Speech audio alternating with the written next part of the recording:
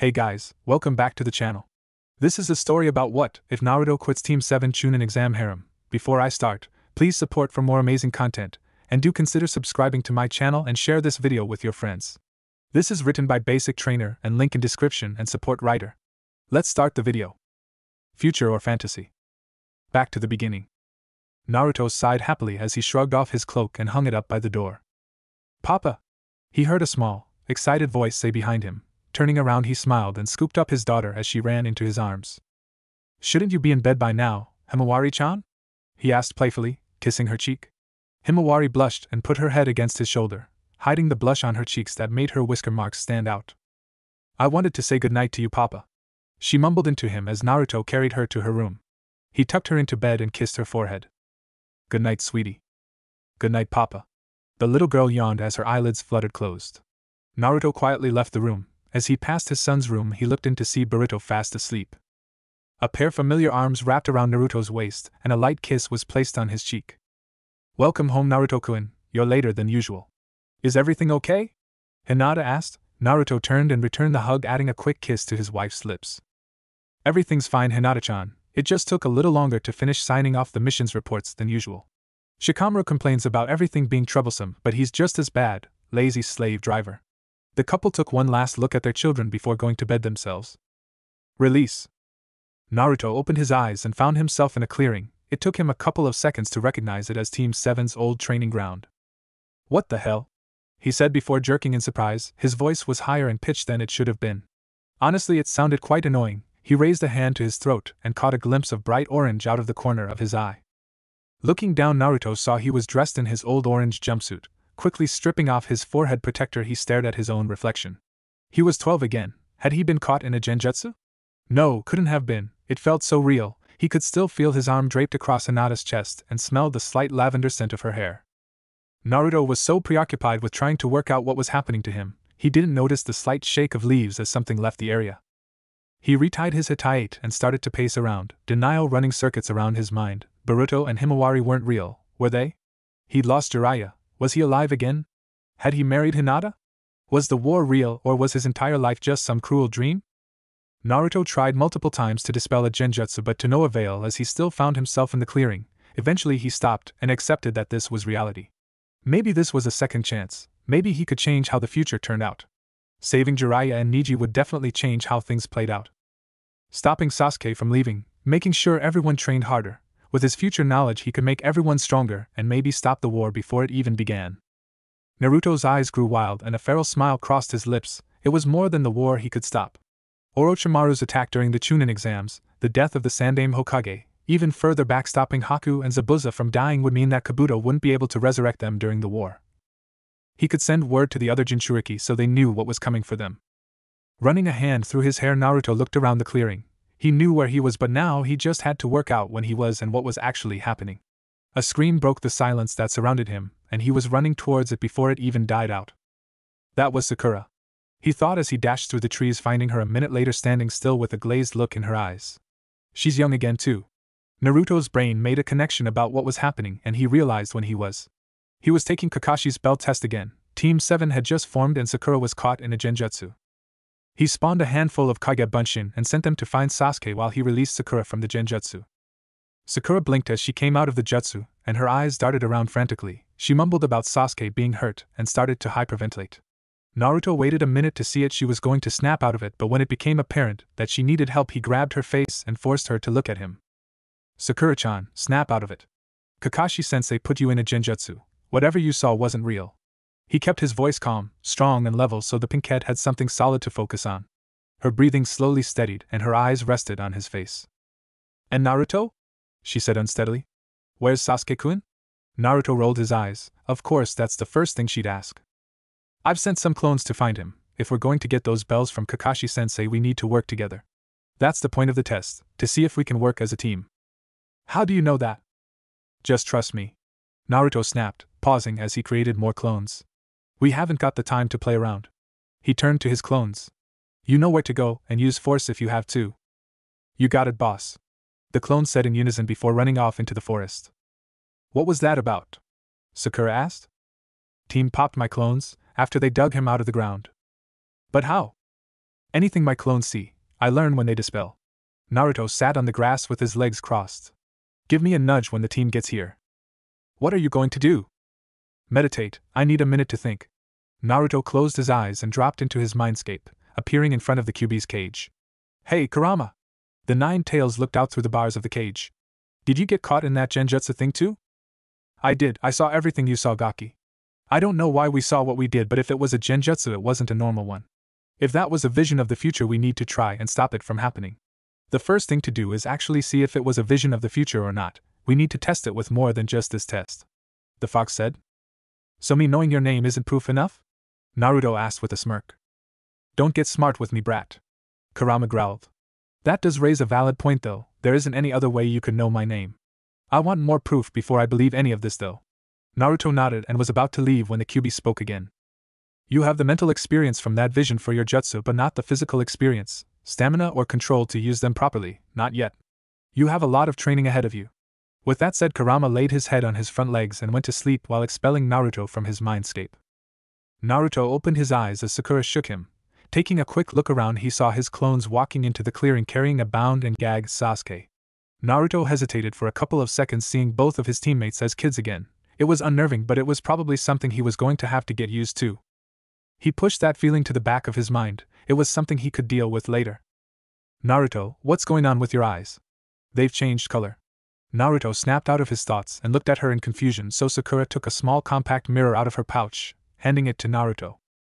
She was right. His eyes were on longer blue but a pale turquoise and his pupils had stretched slightly, but it quickly faded away as he watched and his eyes returned to normal. Sage mode? No, not completely, that's something else I'll have to work on. Don't worry about it, Sakura-chan. Standing up, Naruto passed the mirror back to Sakura and thanked his clones before dispelling them, turning to face the last Uchiha. Alright, listen up, team. If we're going to pass this test, then we need to work together, Naruto said, taking the gag out of Sasuke's mouth. PFT, I don't need anyone's help. I touched one of the bells and Sasuke started before Naruto interrupted. And that got you buried chin deep in the ground. We work together, we get the bells and we pass the test. There's only 2 bells, Dobe. How are we meant to pass if one of us doesn't get a bell? The whole point of the test is to work together. Naruto spawned a few clones and sent them to distract Kakashi. I have a plan, so. Like I'd listen to any plan you have, we're bound to fail if we listen to you. Sasuke smirked, and what was going on with your eyes? Naruto had had enough and stuffed the gag back into Sasuke's mouth. My eyes, aren't you concerned, team? He turned to face his other teammate. Alright then, looks like it's just you and me, Sakura-chan. I don't know, Naruto, Sasuke-kun is the best there is, we'll need him if we're going to do this, Sakura said quietly, scuffing her foot on the ground. Naruto let out a frustrated breath, pinching the bridge of his nose. I forgot you used to be this bad, he muttered under his breath. Right, new plan. Naruto faced Sasuke again. You're going to work with us, otherwise I will tie you to a post in the middle of the village, strip you down, cover you in honey and tomato slices, then send a message to each and every fangirl you have in the village saying first come, first serve, with your location on it. Naruto grinned as Sasuke's eyes widened. Taking a second to look over his shoulder, Naruto saw Sakura's face had turned bright red and her eyes had glazed over. All the pranks I've ever done combined are nothing compared to what I could actually do, so do we have a deal? Sasuke hesitated as he thought about Naruto's threat. He knew that the dobe had caused a lot of problems over the years with his pranks and outrun Anbu while escaping. Sasuke searched and saw no deception in his statement. He gave Naruto a single nod. The blonde nodded in return. Good, now that's sorted out. Here's the plan. Naruto snapped Sakura out of her daze, and while he untied Sasuke, he explained what he had in mind. A few minutes later, Kakashi was stood in the middle of the training ground where the test had started. He continued to read his book, looking like he didn't have a care in the world. Naruto's clones had been an unexpected amusement. The way they fought was different than it was when the test started. They were still easily dealt with, of course, but it was a pleasant change nonetheless. A low rustle caused Kakashi to glance up from his book, seeing Naruto stroll towards him and lean against the tree he'd been hanging from not too long ago. Are you giving up, Naruto? This the first time you've read that book? Naruto replied, ignoring the question. No, I've read this quite a few times as a matter of fact. Want to know what happens in the next book? And how would you know that? These books have a required reading age. Naruto just smirked and hinged into Sasuke. Everyone in the village is willing to bend a few rules for the last Uchiha. Those books are predictable too. Girl meets guy. Guy says a few cheesy chat-up lines. They have a passionate night of love. The end. I do know the name of the next book though. Of course you do. Now do you mind? I'm getting to a good part. Kakashi lowered his eye to the book when he saw Naruto disappear in a cloud of smoke. Another Kagebunshin, what is he up to? More rustling around the clearing drew Kakashi's attention. From the trees and bushes came a lot of figures.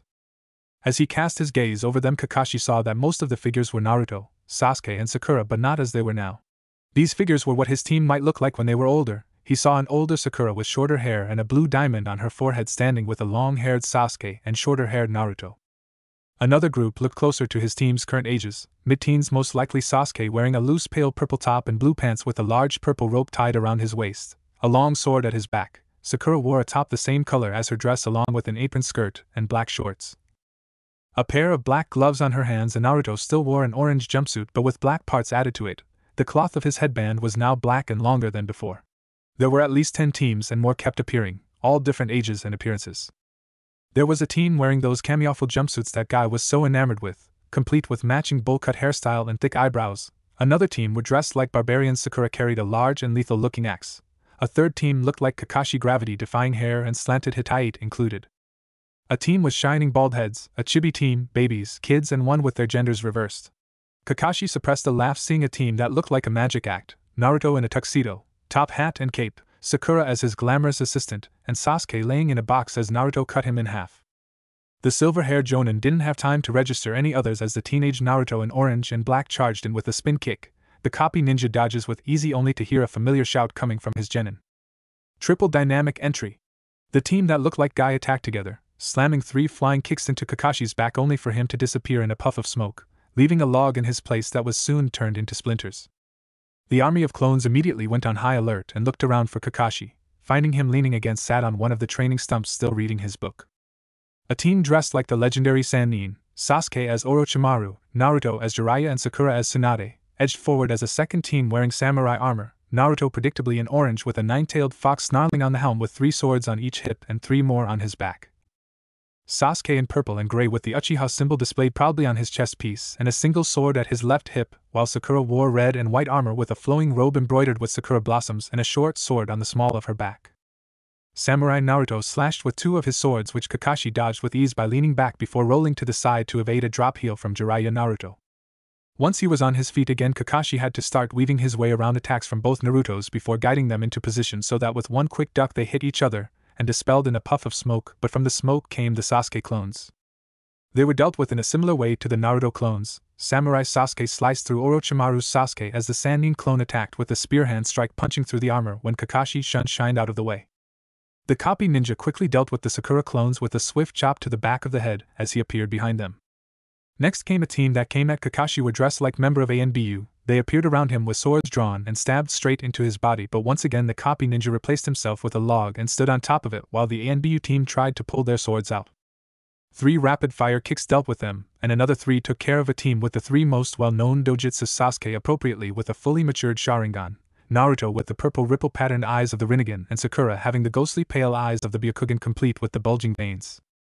Kakashi saw the rest of the clone army including teams wearing the headbands of other lands, a team with cat ears and tails, some dressed up popular gaming characters, puppets and thugs. Another part of the army held clones wearing clothing for different sports, different occupations, the other genin from their graduating class. His sole visible eye gazed over a team wearing black cloaks with red clouds, and a visible flinch ran through his body when he saw a team where Sasuke looked like his father, Sakura looked like her mother, and Naruto was the Yondaime Hokage.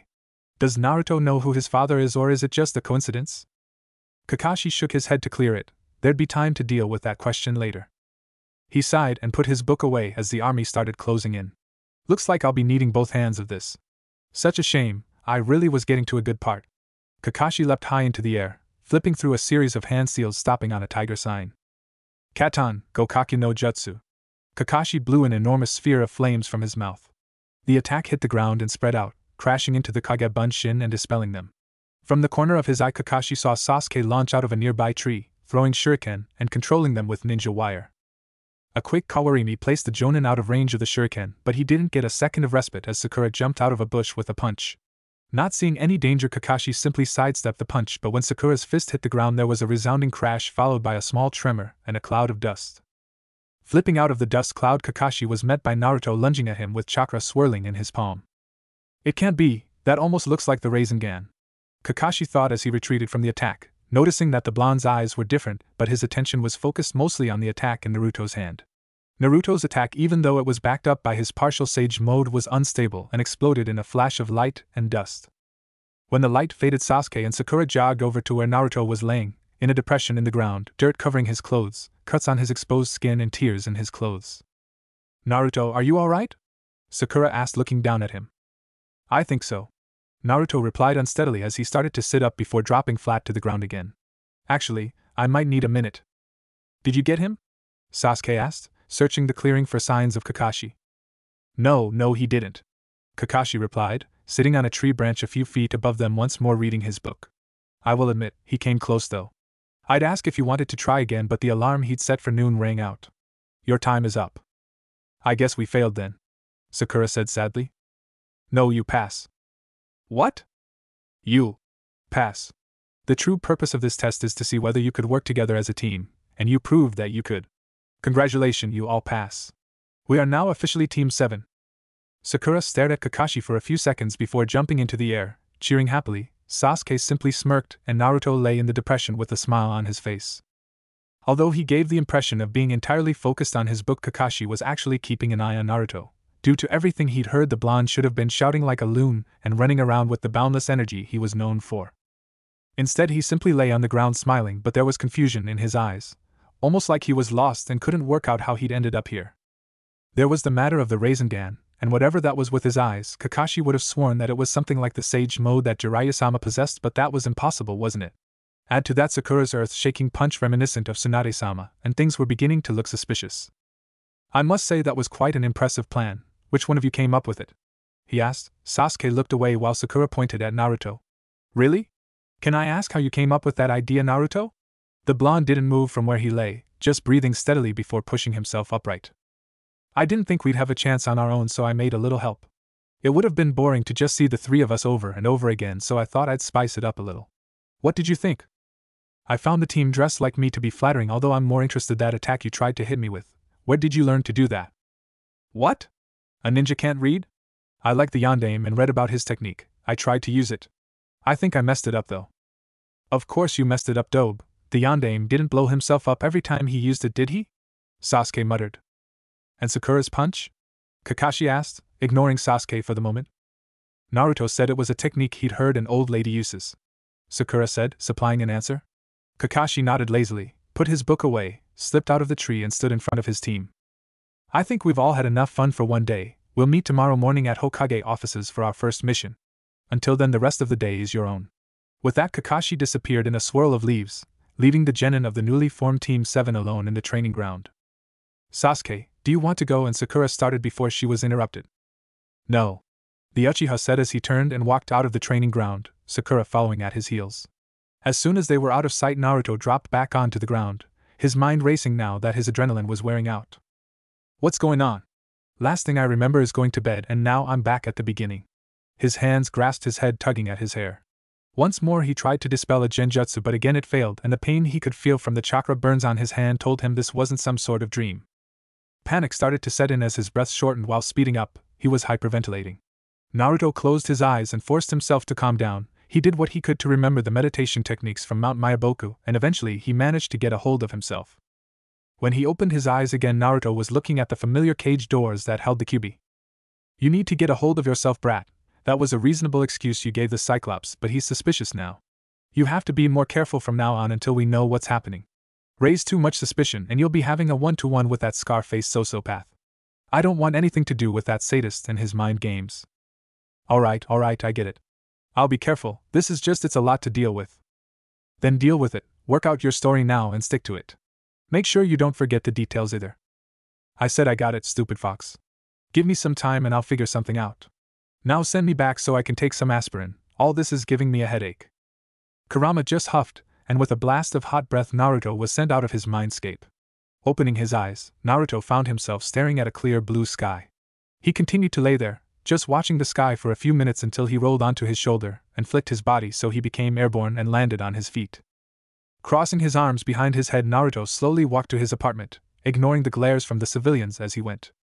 He had a lot of thinking and planning to do. That's the end for now. Let me know what you think. Until next time. Chapter 2. Starting over. Sunlight poked through a gap in the curtains and shone right onto Naruto's closed eyes as his alarm clock rang out in the silence. Frowning as he started to awaken, he found that he'd fallen asleep while working again.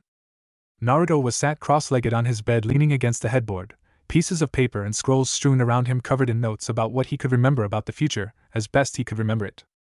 The blonde stretched, grunting as his joints popped, loosening his muscles after spending the night in one uncomfortable position. Facing him on the opposite wall was the Konohagakure symbol poster that had been above his bed, although it was turned over with a timeline scrawled onto it. Granted, it wasn't the most ingenious hiding place for something so important, but it was the only place he had that he could do it because he wouldn't be able to remember all the details he was writing down. Various sections of the timeline were highlighted to signify where he could try and change the future, such as helping or warning the third Hokage against Orochimaru, preventing Asuma's death, and stopping Pain before he had a chance to destroy the village. There were other sections of the timeline with question marks around them, some because he couldn't remember the detail of what happened properly, like his battle with Orochimaru at Tenchi Bridge. Others were to question whether he should really change anything, such as Sasuke getting the curse mark. It was true that the curse mark caused a lot of problems due to how it twisted Sasuke's mind. Though Naruto had doubts about the extent of the twisting, it also gave Sasuke a level of strength that got them out of a few dangerous situations. Sasuke leaving the village was another section question marked as to whether to change it or not. Naruto knew he promised Sakura to bring Sasuke back, but he had some wiggle room with that because he didn't specify when he would bring Sasuke back. Shutting off the alarm clock, Naruto packed the papers and scrolls away, flipped the poster around to hide the timeline, and went to shower. It had been a couple of weeks since he'd come to in the clearing during the bell test, and was fairly convinced he'd traveled in time, but Kurama wasn't, reasoning that a jutsu like that would have been too complicated for them to have full memories of what would happen and wouldn't have been possible in the first place. To prepare for the future, whether it was what they remembered or something else entirely, Naruto had started to take his training even more seriously. He'd taken to waking up at 4 or 5 in the morning to train for a couple of hours before getting ready for the day.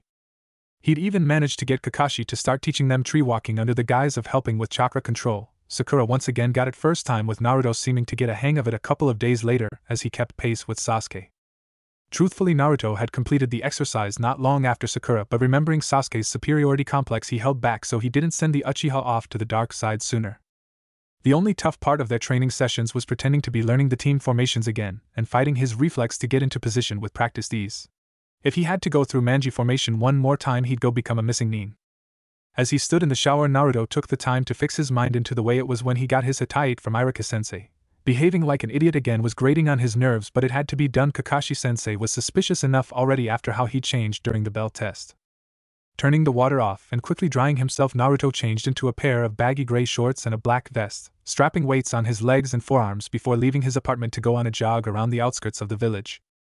The light jog gave Naruto time to let his mind wander. The thought that came to him first was the dream he'd been having constantly since the bell test.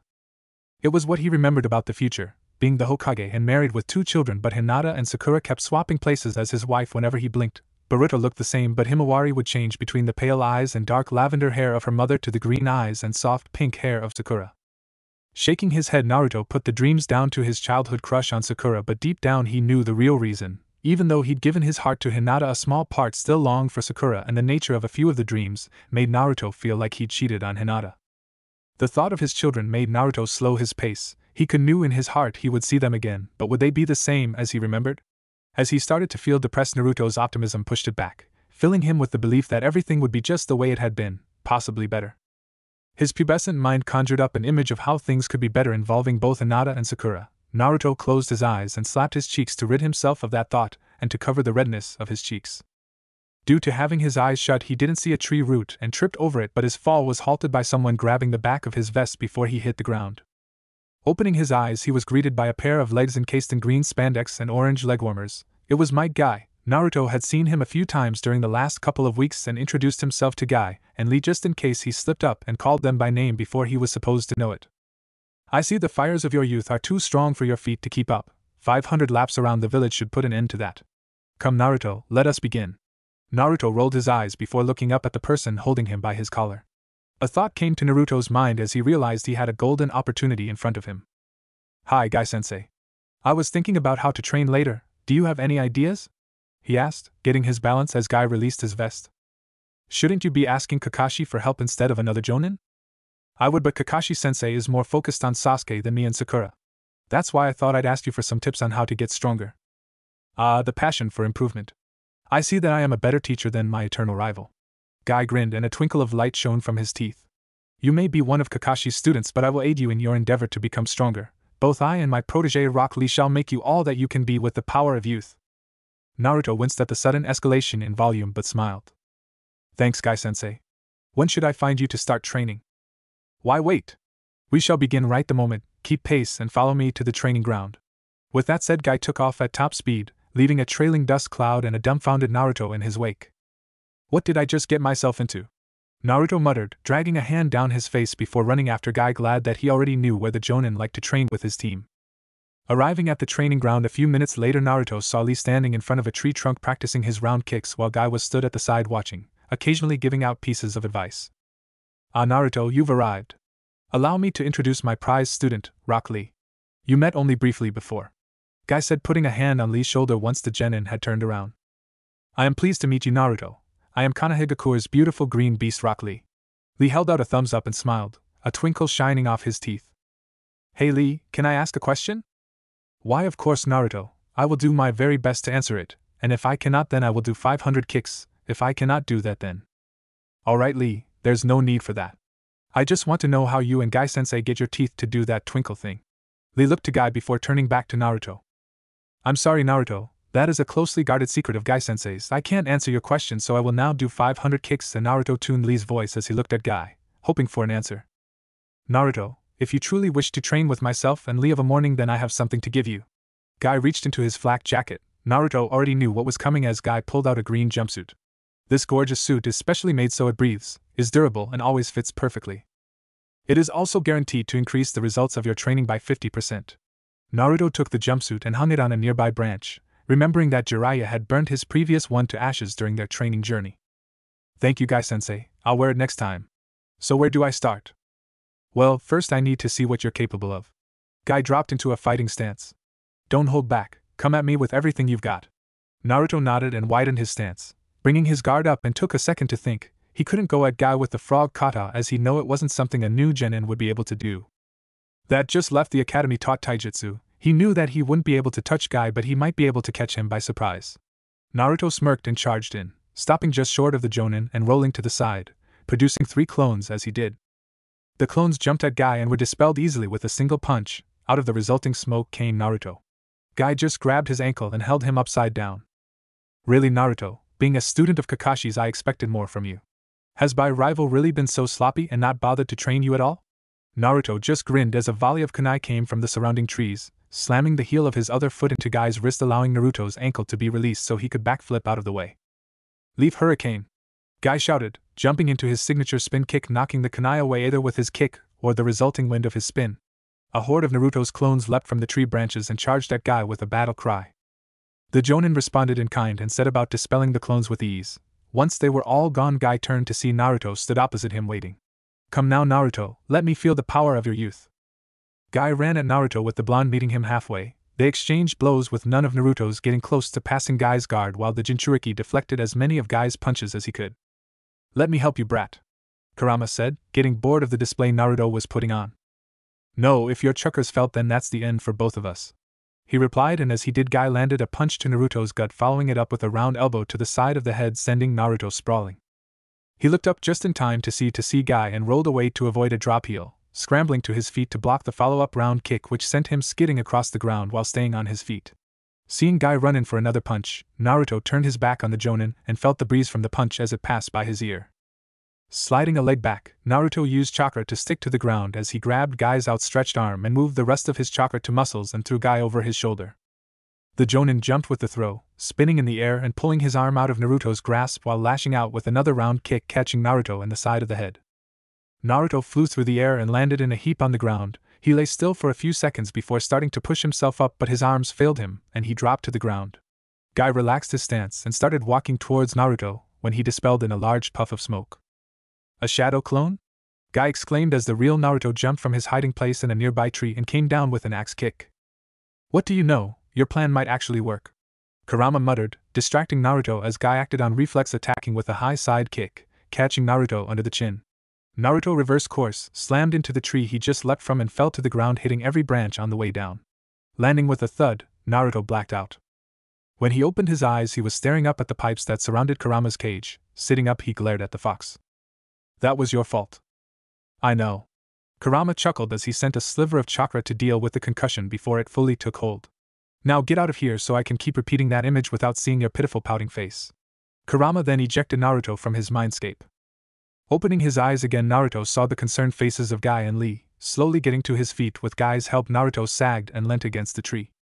I'm okay, just give me a minute for the ringing in my ears stops, Naruto said. That was an impressive shadow clone you made, Naruto. How was it able to withstand my attacks for so long? Guy asked. I used most of my chakra on it. I thought that if I used more chakra on a single clone, then it would last longer than my clones normally do. I'm actually surprised it lasted that long against you. And what about the other clones you made? Lee added. They were made from the chakra I had left. I didn't know if they would have lasted long enough for me to make the stronger one. They probably would have died from a graze. I thought they looked a little flimsy. Guy said. I am disappointed in you though, Naruto. That's why I asked for your help, Guy-sensei. Naruto started until Guy held up a hand. I'm not talking about your fighting ability. I told you to come at me with everything you had, but you held something back. The way you moved showed that you were trying to disguise your actual fighting style and that you are more skilled than you want people to believe. If I saw this, then I have no doubt that my rival Kakashi saw it too. Why hide your true skill, Naruto?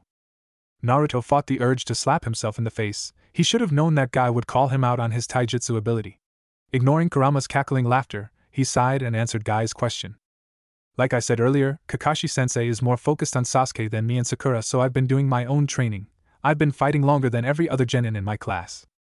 Every time someone had a problem, it was blamed on me and the other kids would just start hitting me for no reason. Eventually I decided that I wasn't going to take it and started fighting back. Truthfully, I'm not a martial artist like you and Lee, I'm a brawler. If I need to, I'll take a few hits so that I can do what I need to do. I thought you'd only help me train if I use taijutsu, and that's why I tried to disguise how I normally fight. I'm sorry, Guy-sensei. Guy studied Naruto for a moment before nodding.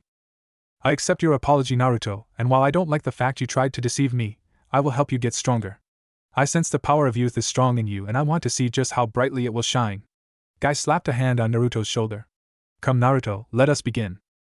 The next 2 hours had Naruto running laps, repeating offensive and defensive combos, sparring with Lee in basic exercises such as sit-ups, to increase his strength and flexibility, but to the insane number that Lee and Guy set for themselves. After finishing 100 press-ups out of a set of 800, Naruto collapsed panting heavily as he told Guy that he needed to go and get ready for the day as he was meeting his team at 8. Lending a little of Kurama's chakra, Naruto slowly pushed himself up and staggered towards his apartment, taking the jumpsuit with him. He had promised to wear it for the next training session, and he never went back on his word. That was his ninja way after all. Thanks to Kurama accelerating his healing, Naruto was walking properly again by the time he was halfway home, letting Naruto review what he had just learned when something occurred to him. Hey, Kurama, I've got a question for you. He thought to the bijou. What is it?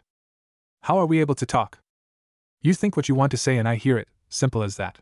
Now let me get some sleep. I don't mean like that, I mean it was at the end of the mission to the wave that I started to hear you. If we've traveled back in time. Which we haven't. Kurama interrupted. I keep telling you that's impossible. Anyway, if we have, shouldn't the seals still be fully closed? Did you hear me? I heard you. So, what's the answer?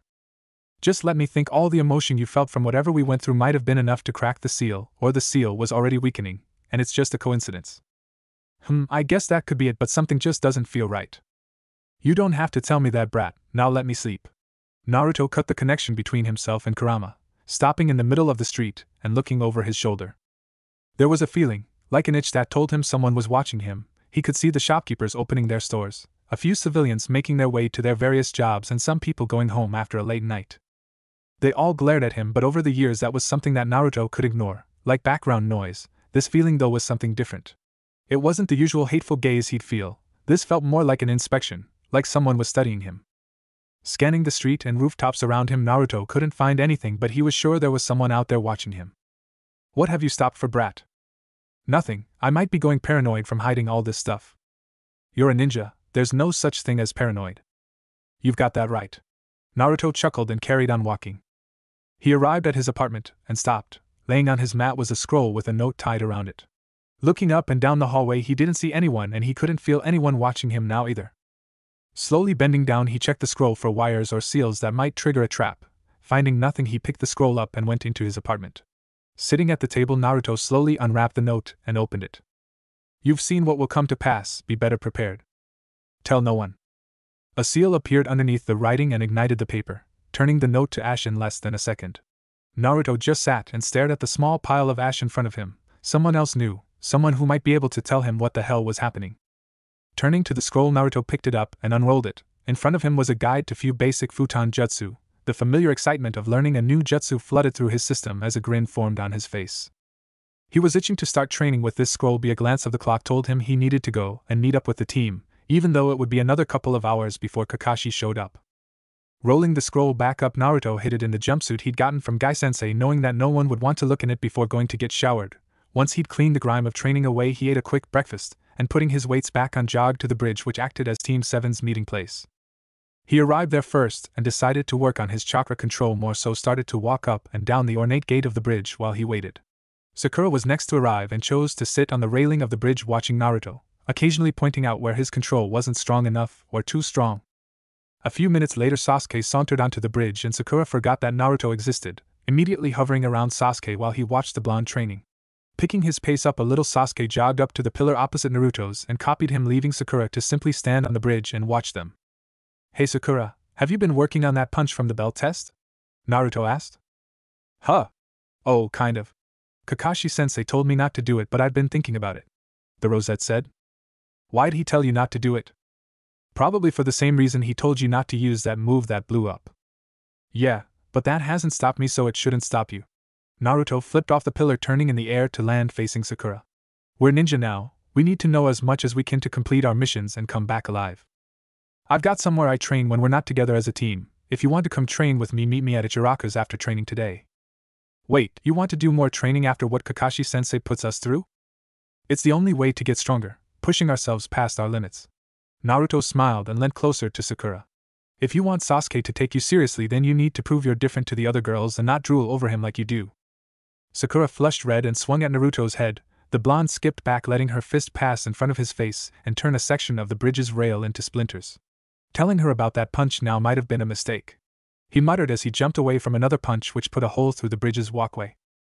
Yep, definitely a mistake. A third punch came at him, causing him to roll out of the way and slide into a fighting stance with a grin. At least I've got Sakura's doing some training now. 2 hours later, Kakashi turned up to find Sasuke standing upside down on the gate, Naruto attempting to climb the gate with just his hands and Sakura using part of the broken rail as a crutch while she caught her breath. Have my cute little genin been training by themselves? I'm so proud of you, he said, drawing attention to himself. Well, we needed to do something while we waited for you to turn up, Naruto replied as he continued to try climbing the pillar. Kakashi closed his visible eye, scratched his cheek and chuckled nervously. You see, an old man needed help repairing his gate and… Never mind, let's just get going, Naruto said, releasing his hold on the column and dusting himself off. Sasuke dropped from his position and Sakura straightened up, letting her makeshift crutch fall. In that case, time for our first mission of the day. Come on, Team 7. With that, Kakashi turned around and led his team towards their mission. The day progressed as they usually did. Team 7 went from mission to mission, and after their last mission on the way to Hokage Tower, Naruto realized what day it was. It was the day they would get the mission to the Land of Waves. Damn, I need more time to prepare, he thought. I've got no idea how I'm going to stop Zabuza and Haku from dying. Calm down, brat, we'll think of something. For though just now, watch where you're going, Kurama said. What? Naruto replied just before tripping over a box. Whoa! He shouted out loud as he started to fall. He felt something grab his collar and pull him back to his feet. Turning around, the blonde chuckled, seeing Guy. Thanks again, Guy-sensei. I see your youth is still burning too brightly for your feet to keep up, Naruto. I'm working on it, Guy-sensei, I'm working on it. You two know each other? Sakura asked. Yeah, I met Guy-sensei while I was training a couple of weeks ago. He's started helping me get stronger. Is that so? Kakashi said, glancing at Guy over the top of his book as he snapped it shut. Why would you be helping one of my cute little genin, Guy? You have your own team to train. Well, since you ask, Naruto asked for my help to become stronger, as you seem to be more focused on the young Uchiha, and leaving the remainder of your team to their own devices. Guy replied as Naruto winced from the blank gaze Kakashi leveled at him. That's not entirely true. I've been teaching them chakra control exercises, something that Naruto needs due to the size of his reserves. Kakashi-sensei. Sakura said meekly, you only started doing them to stop Naruto from bothering you about it. Everything else has been team formations and some sparring. You do tend to give Sasuke more attention than me and Naruto. Silence fell between the group as Kakashi glanced at Sasuke, who was looking down the street. Sasuke, do you have anything to add? No, it makes sense for you to spend your time on me over those two, Sasuke said in his usual disinterested monotone. They're both weak, it'd be a waste of your energy to try and train them. Sakura's shoulders slumped at Sasuke's words while Naruto ground his teeth and clenched his fists so hard that his fingernails cut into the palms of his hands. He could feel his anger rising but suppressed it. I need Sasuke alive. I need him alive. I need him alive. Naruto thought to himself over and over again. To stop Kage, I need him alive, don't kill him. Beat Kage together, then I can kill him. Yeah, that sounds like a plan. I could break a bone or two though, they'd heal. A feral smirk crossed his lips for a brief moment before he suppressed it. It seems like my genin are all in agreement. Kakashi sighed as he put his book in his pouch. I guess I'll have to get better as a sensei. Naruto, I think you should continue to train with Guy and that Sakura should join you. As long as you don't mind Guy, fitness training is more your speed than mine. What? Naruto and Sakura shouted at the same time. He's palming us off just like the chunin exams with Ebisu. Naruto thought, gritting his teeth. It was one thing for him to go and ask for help on his own, but Kakashi doing it was just a slap in the face. Yash! I accept your challenge, Kakashi. I'll have you genin in top condition in no time at all. Guy shouted as he punched a fist to the sky. Kakashi groaned, and not for the first time wondered why he was friends with Guy. Scratching his cheek, he turned to his genin.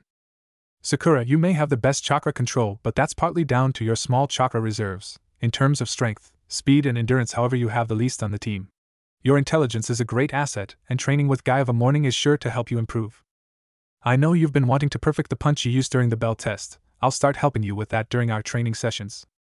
Naruto, I know that you've been working on the Rasengan even though I've told you not to. I've asked Lord Hokage to call someone back to the village to help you with that. He'll be a better teacher for you than I will in regards to the Rasengan. There's your chakra control too. You need to work on that a lot more. It'll never be as accurate as Sakura's, but even though you have reserves much larger than mine, you waste too much on even the simplest jutsu. Finally, Sasuke, you're the fastest member of the team and just below Naruto as the strongest physically. You could do with a little more endurance, but your own training will deal with that in time, and I think you could do with increasing your chakra reserves. So before we meet up in the mornings, I want you to push yourself to your limits and arrive at our meeting place without touching the ground. That includes the ground inside your home. Kakashi waited to let that sink in before continuing. I want you to start after we come back from our next mission, which will be a C rank. I want to see what you're made of on something a little harder than the usual D rank. For now, let's go and turn in our completed missions and pick up our next one. Not waiting for an answer this time, Kakashi turned and started walking towards Hokage Tower. Sasuke was the first to follow him, with Sakura being next, leaving Naruto stood with Guy. Well done, Naruto, Guy said, slapping the blonde on the back, causing him to stumble forward. What did I do? Naruto asked in reply. Didn't you see it? Naruto shook his head. You reignited Kakashi's flames of youth. It's been a long time since I last saw that fire in his eyes. Guy started to walk away and called over his shoulder. When you return from your mission, meet up with Sakura and bring her to the training area we were in this morning. Goodbye, Naruto. I will, Guy-sensei, bye. Naruto shouted after the Jonin before running to catch up with his team. Team 7 arrived at Hokage Tower and stood in front of the third Hokage. Naruto had avoided coming to see him up until now. He knew it would be painful seeing Hiruzen again. He mightn't be related to the old man, but Naruto couldn't help thinking of him as a grandfather. He was always there when Naruto needed to talk or simply need to be around someone who didn't glare or ignore him. Amongst his happiest memories were sitting with the old man at Ichiraku and simply standing together on top of Hokage Monument watching the sunset. Naruto could feel tears starting to well up in his eyes, his throat felt dry, his palms were sweaty, and he could feel his heart beating a mile a minute. Keep it together, Naruto, keep it together, he thought. You knew it would be hard seeing the old man, but don't focus on that, you have to act like a kid again. A memory flashed through Naruto's mind, making him grin. Hey, old man. Oiroku no Jutsu. Naruto disappeared in a puff of smoke and was replaced with a female version of himself covered with strategically placed clouds. There was a moment where Kakashi sighed, Sasuke grunted in disinterest, and Sakura growled before the third Hokage's nose started to bleed. Naruto! Sakura yelled as she drove a fist into the top of the blonde's head, breaking the jutsu and returning Naruto to his usual appearance. You idiot! Naruto was knocked onto the floor and sat there rubbing his head while wearing a stupid grin and chuckling to himself. I see you're the same as ever, Naruto, Hiruzen Sarutobi said, dabbing the blood from under his nose. A small smile crossed the old man's face as he looked at the blonde. I assume you've finished the missions for today, Kakashi. We have, Lord Hokage, and I would like to request a C-rank mission, Kakashi replied. Hiruzen raised an eyebrow. A C rank, are you sure your team's ready for that, Kakashi? I believe so. I want to see what my team is capable of when they are pushed a little. A low-level C rank should be enough for me to properly evaluate their skills. Hiruzen leant back in his chair and cast an appraising eye over the genin in front of him while he smoked his pipe.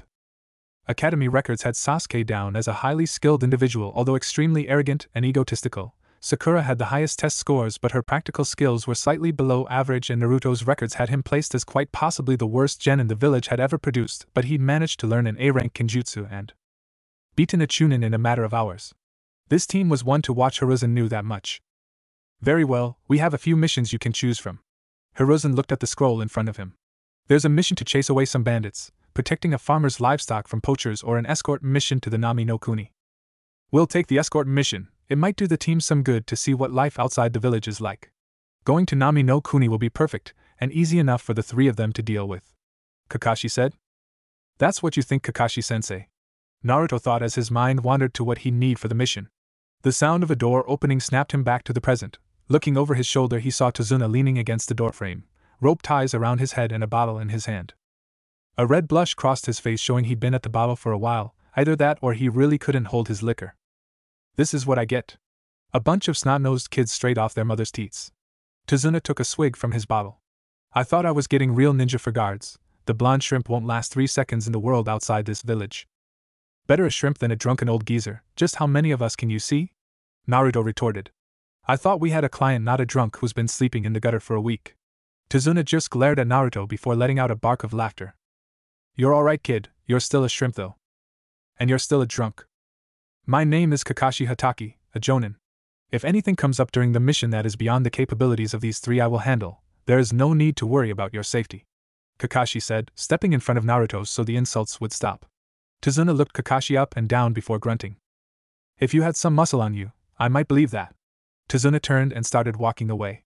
We leave first thing in the morning, he called over his shoulder. I think that's our business, concluded Kakashi.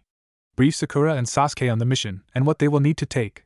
I wish to speak with Naruto privately for a few moments. I'll make sure he's aware of what to expect and what's expected of him, Hiruzen said, still puffing on his pipe. As you wish, Lord Hokage, Kakashi replied, steering Sakura and Sasuke out of the room. As they left, Naruto saw the looks of curiosity on their faces, and simply smiled at them, waving as they left his sight. Hiruzen turned to the people around him. Leaves us, I will call you once I am ready for you to return. The room quickly emptied until it was only Naruto and Hiruzen left. The strict businesslike face the Hokage wore faded and was replaced with a kind smile. How have you been doing, Naruto? Fine, I'm still coming for your hat. The blonde replied. This didn't happen in his vision/past, whatever it was that happened to him.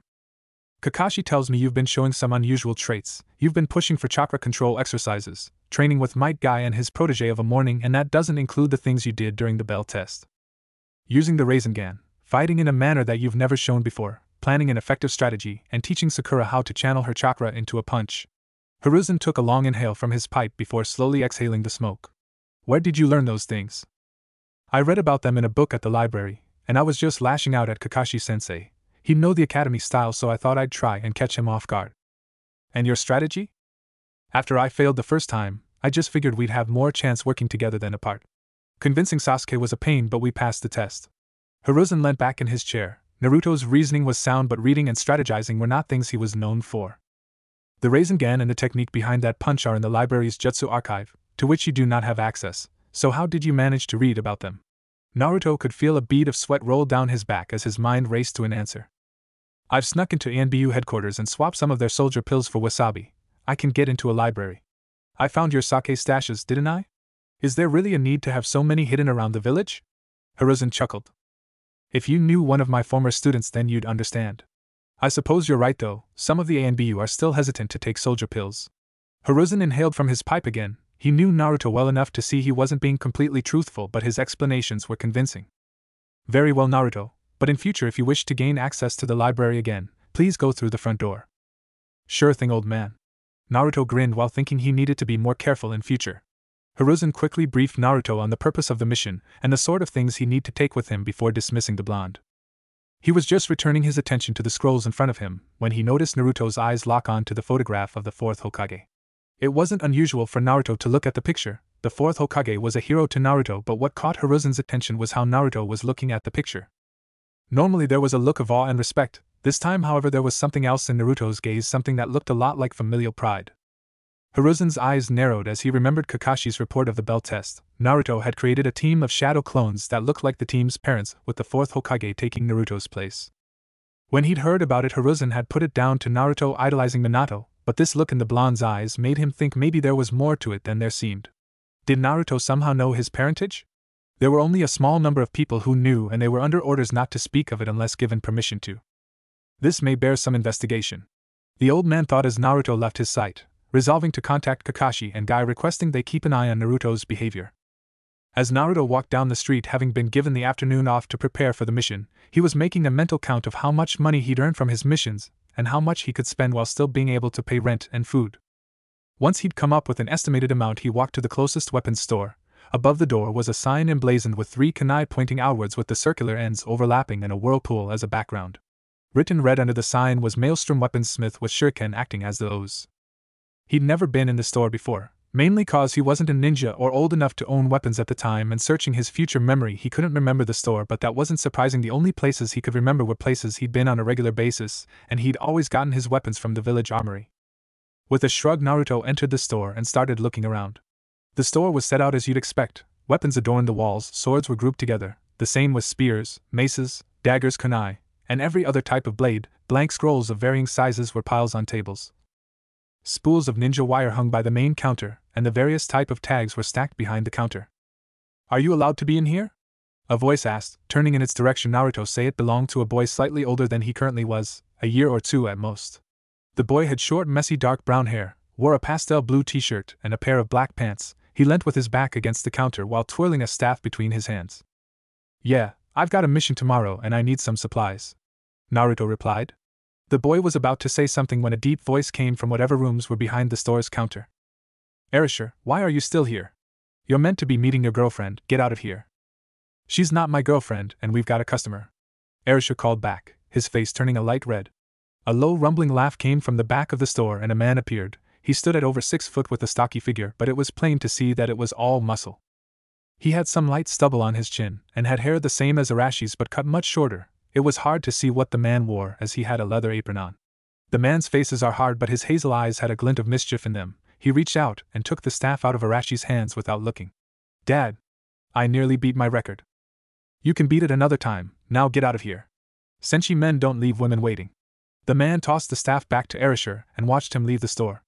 "Sorry about that, I can't resist teasing him." The man grinned before throwing his arms wide. "Welcome to Maelstrom Weaponsmith, my name is Hyojin. How can I help you?" "I need some equipment for a mission. It's a C rank, but I've got a feeling it's going to be harder than it should be," Naruto explained. "So you want some stuff that can get you out of a pinch if necessary?" Hyojin said, crossing his arms. "Pretty much. Extra kunai and shuriken are a must, smoke bombs, flashbangs and explosive tags too. Ninja wire can get you out of a pinch, and you might need to set some traps." Hyojin started walking around the store picking items from hooks and shelves as he listed them off. "Some new clothes might be an idea. That jumpsuit definitely draws attention to you. Not every ninja like, mind you, all the flashy jutsu you guys do isn't exactly stealthy, is it?" Hyojin let out a short boom of laughter. "If you keep the jumpsuit, I recommend some additional armor you can wear underneath it." The store owner picked up a pair of arm and leg armor. "These should be about your size." "I don't have enough money for all this," Naruto said sheepishly. "It's alright, pay what you can now and I can put the rest on a tab for you to pay off later." "What if I die on the mission?" "You've got a lovely outlook on life, haven't you?" Hyojin frowned. "I can claim it from the village. If a ninja dies on a mission and owes money, the business the money is owed to can put in a claim to the village, and either they or the person who requested the mission have to pay it as the ninja was working for them." "Didn't any other business tell you?" "I know almost every ninja pays up front so their village doesn't have to pay for them, but it's common knowledge." Hyojin placed a pile of supplies on the counter on top of an open scroll. "So is there anything else you want?"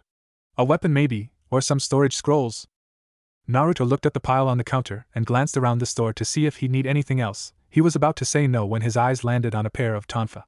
They were made from wood and nearly black in color. The lacquer made them shine brightly and either end was capped in metal. The weapon seemed to call out to him. Naruto didn't like killing. He'd do it if necessary, but he preferred not to. The tonfa would fit with his fighting style, increase his range, and they could defend against blades. "Good choice," Hyojin said, walking over and taking the tonfa down their hooks. "I'm particularly proud of how these turned out." You made these? Naruto asked. Hyojin nodded and gently caressed the weapons. I made all the weapons here, these are the second best tonfa I've ever made. Second? Where are the first? In my forge, they're there to inspire me every time I make a new weapon. And when I eventually die there are Arashis. Hyojin paused for a minute before holding the tonfa out to Naruto. Here, try them out.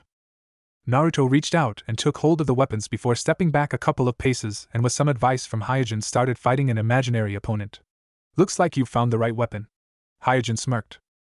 Right weapon? What do you mean? Just a theory I have. I think that there is a right weapon for everyone, a weapon that they have an instinctual understanding of. As soon as they pick it up they know how to use it in a way to benefit them. That's how you looked with them, although they might need a little adjustment to be perfect for you. What sort of adjustment? Intrigue coated Naruto's voice as he continued to fight his imaginary opponent. I'm thinking a small blade on the end that rests at your elbow, nothing that will kill unless you aim for the right areas, like the neck. Hyojin nodded. Come back after your mission and tell me if you want that blade or not. I haven't decided if I want to take these yet. Don't lie to me, son, I can see it in your eyes. You want them, let me measure you and I can make a harness for you to wear. Hyojin pulled a tape measure out of the pocket of his apron and quickly took the measurements he needed. Alright, I've got what I need. You'll have the tonfa harnessed across the small of your back. The draw will be a little tricky for one hand, but you'll adjust with some practice. Give me a couple of hours and it'll be ready. Do you want me to send Arisher with it or would you prefer to collect it yourself? If you don't mind, I'd like to hang around and watch you work, never know when I might need to fix it in the field. Naruto said, causing Hyojin chuckle. You think further ahead than most people do. Come stand in the doorway of the forge, that way you can watch me and let me know if anyone comes into the store. Hyojin took the tonfa off Naruto and sealed them into the scroll with the other things Naruto might need for his mission. With a few test fittings, some demonstrations on how to unholster the tonfa and a couple of customers, the harness was ready. Hyojin added a small kit with extra leather straps and buckles so Naruto could repair the harness if needed. Wanting to know more about the weaponsmith, Naruto asked a few questions while Hyojin worked. He found out that the man was originally from Kirigakure but fled as soon as the civil war started, but not before his wife Sachi was killed in the crossfire. Hyojin and Arisher traveled to Konoha and claimed asylum a little over a year ago, and after the pair went through numerous tests and interrogations they were cleared to live in the village as civilians. After that the conversation switched to other subjects until the harness was finally finished. Hyojin showed Naruto how to wear it. Once the blonde had it on, Hyojin stepped back and smiled. So, what do you think? The weaponsmith asked. This is great, Hyojin. How much do I owe you? The holster and repair kit are free, and for helping me out by watching the store I can give you a bit of a discount. So how do you want to pay? You can either pay some off now and I can put the rest on a tab, or I can put all of it on a tab and you can keep your money for yourself. It's your choice, I'll get paid either way. I'll pay some off now and a bit more after my mission, Naruto said, handing the money over. There's no need to rush paying, just do it as and when you can. I'll give you a whetstone for the kunai and shuriken too, and before I forget, there's something you need to know about the tonfa. The first few sets of tonfa I made are from some fallen branches I found, and I used the resin to varnish them. Turns out the branches were from the trees they used to make chakra paper, so you can channel your chakra into them. It should make them more durable and maybe more helpful depending on your elemental affinity, Hyojin said, handing over the repair kit, whetstone and scroll of supplies to Naruto, who was still wearing the holster. Seriously? There's no need to shout, kid. I'm always serious about weapons, especially ones I've made. Now get going, you've probably got some other stuff to do before your mission tomorrow, and you'll need to be well rested too. Thanks a lot, Hyojin. Don't mention it, but if anyone asks where you got your stuff, mention it as much as possible. I am running a business after all. Thanks for your business and come back soon. I will, don't worry about that. Naruto laughed as he jogged out of the shop, waving as he left, and not noticing a dark figure leaping in the opposite direction from a building across the street. The rest of the afternoon went by in a blur for Naruto as he spread out his purchases and started preparing himself for his mission. He moved the jumpsuit Guy had given him, and the scroll he'd found earlier fell onto the floor. Remembering that he wanted to be ready for anything, he unraveled the scroll and studied the jutsu in front of him. Once he'd memorized the hand signs and how he was meant to mold his chakra, Naruto rolled the scroll up and sealed it into the one Hyojin had used for his purchases. He then put that scroll under the floor beneath his bed. It was best to keep this a secret, like the note had said, for now at least, until he had more information to go on. Naruto returned to making sure he had all he would need for his mission before jumping out of window and running across rooftops to one place he could train with his shadow clones and not be found out. Training Ground 44, the Forest of Death. Hours later, Naruto staggered into his apartment with a sore body and a full stomach after a visit to Ichiraku Ramen, where Ayam had spent the entire time brushing dirt from his clothes and picking leaves, broken twigs and bits of bark out of his hair. He hadn't mastered the jutsu from the scroll but was satisfied the progress he'd made would be enough to get by with for now. Following a quick shower and changing into his pajamas, Naruto set his alarm clock, falling asleep as soon as his head hit the pillow. Fumbling around blindly, Naruto failed to hit the snooze button on his alarm clock, so he pulled a kunai from under his pillow and threw it, impaling it against the wall. With a long yawn, Naruto slowly sat up and rubbed the sleep from his eyes. He got ready for the mission, making sure to wear his new armor under his jumpsuit, and went over his notes about the mission to the Land of Waves one last time before leaving. His number one priority after protecting Tazuna was making sure Haku and Zabuza survived. How he'd accomplish that was still a mystery, but he'd think of something. Hiding his notes away and locking his apartment, Naruto shouldered his pack, made sure his tonfa holster was secure, and made his way to the main gate. As he walked through the village, Naruto has only one thought: time to change the future. That's all I've for now. Chapter 3. Making Waves. As Naruto approached the main gate, he saw that Tazuna, Sakura, and Sasuke were there already waiting for the mission to begin. Sasuke was leaning against one of the gates while Sakura swooned over every breath he took, and Tazuna was swigging from yet another bottle of sake. Kakashi wasn't in sight, but Naruto knew where the Jonin would be, saying goodbye to the memorial stone. As much as Naruto wanted to tell Kakashi that Obito was alive, he knew that until he worked out what happened, he couldn't tell anyone anything about the future. If what he knew was even the future that was going to happen, he didn't want to cause a panic over something that might not even happen. There was also the fact that he couldn't predict what would happen if he did choose to tell someone. Would Kakashi go running off to try and bring Obito back? Would they just lock Naruto up and say he was insane thanks to the Kyuubi? If Kakashi did go after Obito, that could just bring pain to the village a lot sooner, and that was one thing that Naruto didn't want happening any earlier than it had to, if it had to happen at all. Shrimp. Tazuna greeted. Drunk. Naruto replied with a smirk, as he put his pack down. What's that, Naruto? Sakura asked, having briefly torn her attention away from Sasuke. What's what? That thing on your back? There's called tonfa. Naruto slid one from the holster and spun it a few times. I figured that I'd get something to fight with, and these just called out to me. Why would we need to fight? It's just an escort mission. Yeah, I know, but there might be bandits or something. Out of the corner of his eye, Naruto saw Tazuna tense, and his sake bottle paused briefly before it completed its trip to his lips. If anything happened, Sasuke would deal with it, right, Sasuke? Naruto sighed as Sakura's attention was turned to the emo of the team. Shrugging, the blonde just put the tonfa back into the holster and sat next to his pack, making sure he'd brought everything he needed. He noticed that under the look of disinterest Sasuke wore, the Uchiha had actually paid attention to what he'd said. Before coming to meet up with his team, Naruto had gone to Ichiraku and had breakfast, telling the ramen cooks he was going on a mission and wouldn't be around for at least a few days. He passed his apartment keys to Ayam, asking her to drop by and water his plants every couple of days until he came back. There was the added bonus of not having the risk of losing his keys on the mission, like last time. It had cost him a pretty penny to get new locks fitted. Kunai, shuriken, repair kit, tags, smoke bombs, wire, spare clothes, water, ramen cups. Naruto muttered to himself as he went through his supplies. He smiled as he lifted something out of his bag. Happy Gamma. He patted the fat frog wallet in his hand before carefully placing it back into his bag, making a little bed for it out of his spare clothes. He really did love that frog wallet. Closing his pack, Naruto leaned back against the gate and shut his eyes. When he opened them, he was sitting in front of the Kyuubi's cage. Standing up and approaching the bars, he looked in to see that Kurama was sleeping. Hey furball, wake up! He shouted and was blasted backwards by a wave of energy. What do you want, brat? Kurama asked as Naruto approached the cage again. You have any idea how we can keep Zabuza and Haku alive? They were running out of time and Naruto couldn't come up with any workable ideas. Tell them Gato will kill them once the job's over. They won't believe me. Kill Gato. If he's dead, he can't pay them. They wouldn't have any reason to go after the drunk. You know how I feel about killing. I know, only if absolutely necessary, but doesn't this count? One life for two right now, and who know how many in the future. Naruto fell silent. You might not like it, but sometime killing is the only option. I'll find some other way. Haku didn't want to kill me or Sasuke, maybe I can get through to him. Your funeral, but if things start going badly on the bridge, I'm taking over. You might be willing to die for what you believe in, but I'm not ready to go just yet. Naruto nodded and left his mindscape.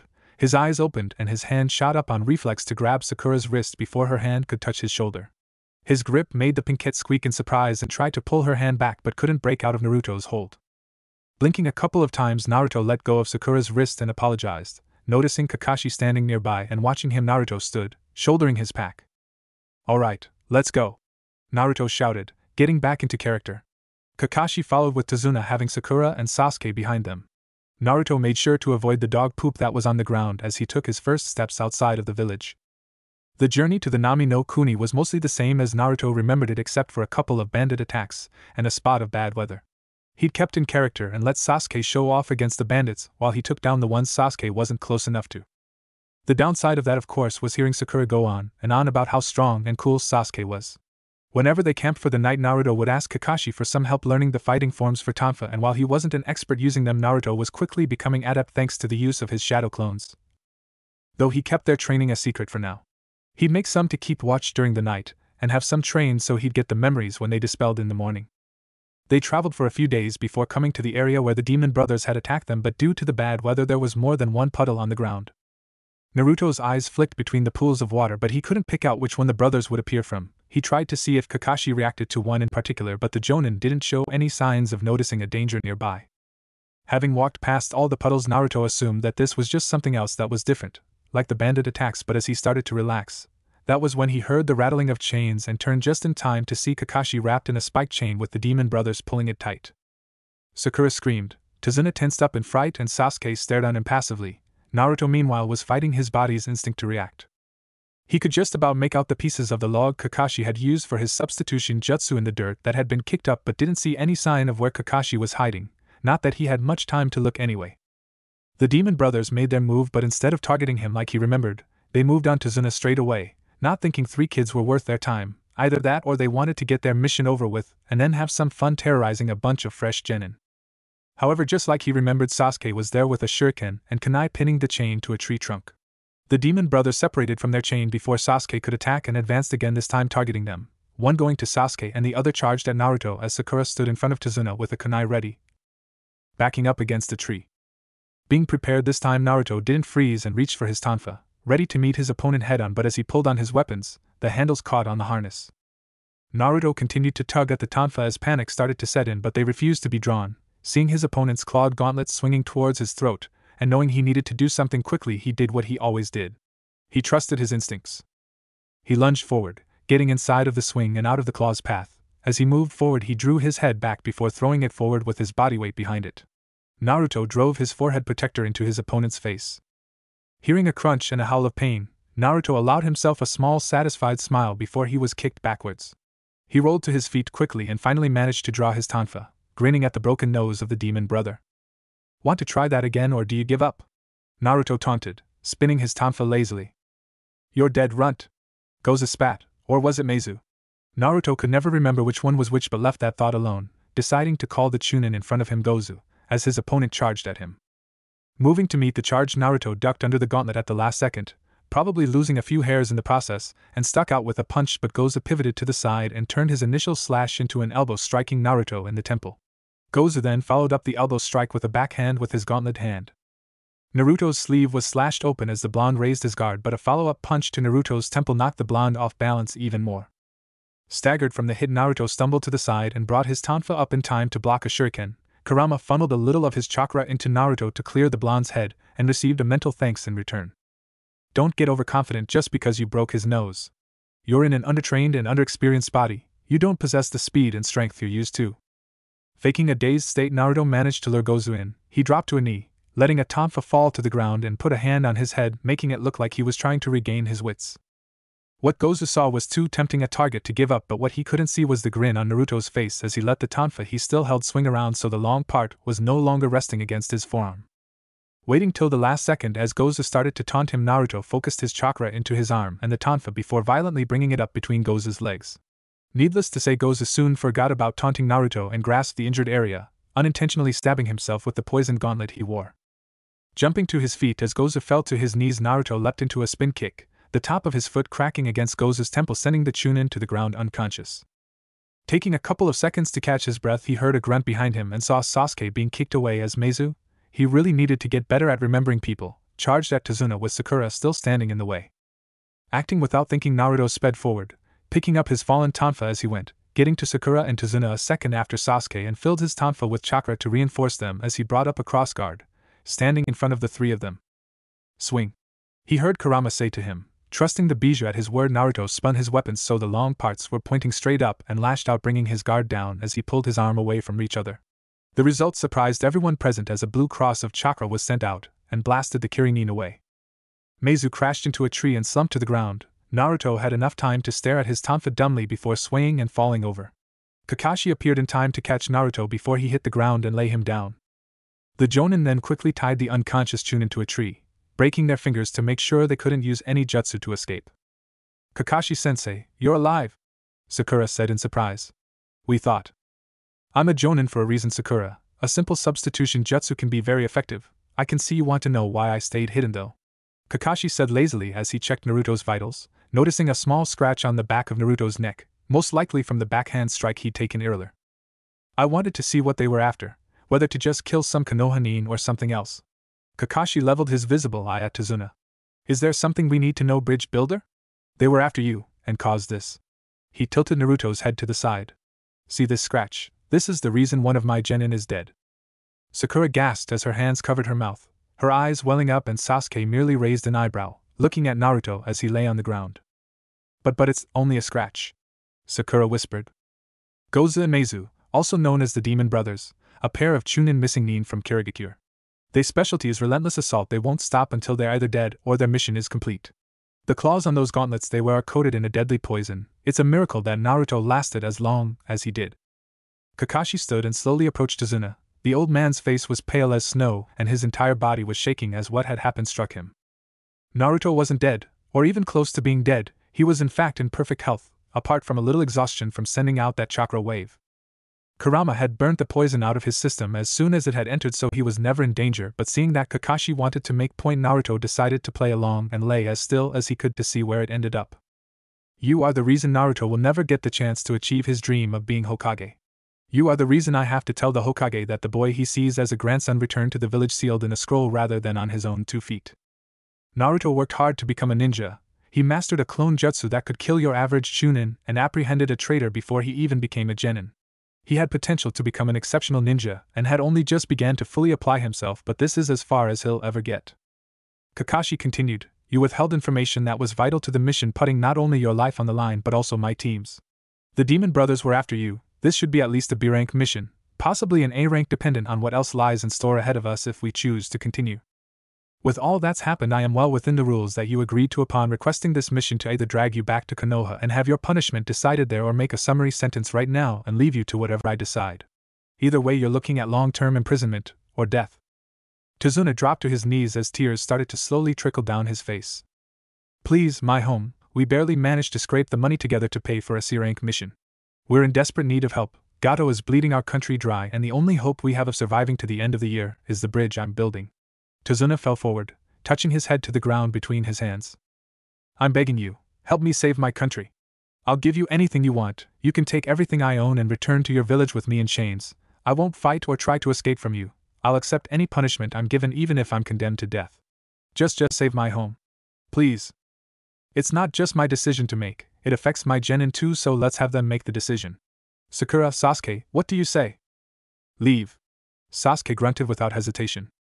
"I think we should help. It sounds like things are really bad there," Sakura said timidly, not looking at Sasuke, fearing the look of disapproval in his eyes. "So that's one for helping and one against. This is a pickle we're in. There's only one way to decide now. What do you say, Naruto?" "We started this mission, might as well finish it," Naruto said as he sat up and stretched, wiping the dried blood off his neck. "There's no way I could be the leader of a village that leaves an entire country to die." Naruto got to his feet and swayed slightly. Head rush. "Anyway, whatever the rest of you do, I'm going ahead with the mission, with or without you." "You're alive!" Sakura shouted, but Kakashi-sensei said, "Deception is a cornerstone of being a shinobi. Sakura, you need to look underneath the underneath. Naruto was just hit by the shock of sending out a chakra blast like that," Kakashi explained as he put a hand on Naruto's shoulder to keep him steady on his feet. "We live in a world that's filled with lies and mistrust. You can't take anything at face value. I needed to know why Tazuna was being targeted, and no, I do. Gato doesn't want the people of Nami no Kuni to finish their bridge because it will cut into his profits. The best way to stop that from happening is to kill the bridge builder." Kakashi turned to look at the unconscious chunin tied to the tree. "Now to deal with those two." Kakashi slowly walked towards the Demon Brothers.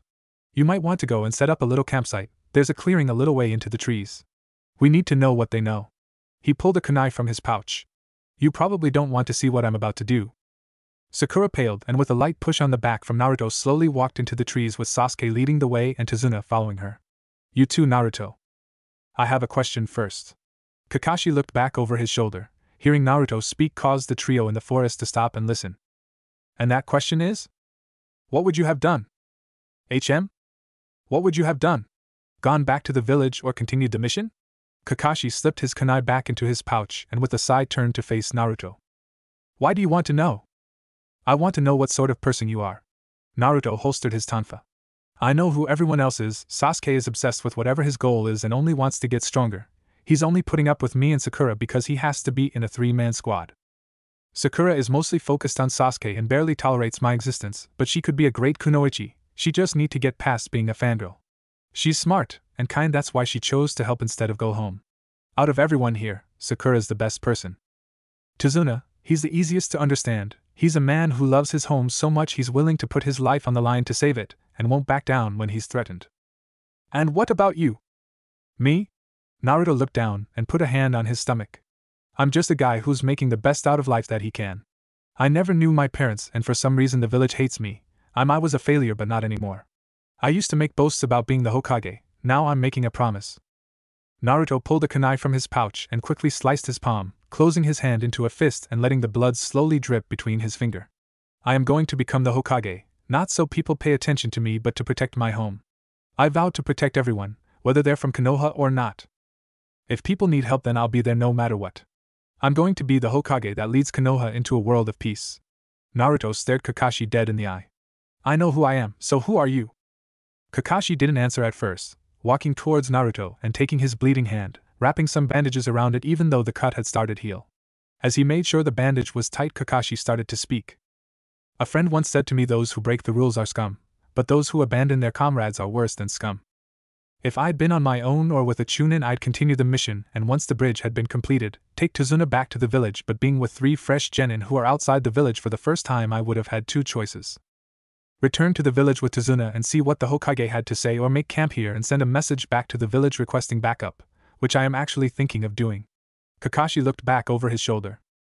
It's all dependent on what these 2 have to say, although they're from Kirigakure, so what I had planned probably won't be very effective. Well, the one I fought stabbed himself with those claws. We could offer to get them help. Those who work with poisons always make sure they are either immune, or had a high resistance to the poison they use. He'll be fine and his chakra has already started to heal the wounds. Any other ideas? Careful, he's testing you. Kurama cautioned as Naruto opened his mouth to speak. We could just ask them. Naruto watched Kakashi's face drop as he voiced his suggestion. We don't really have time to interrogate them here. Anyone they may be working with will probably come to investigate eventually.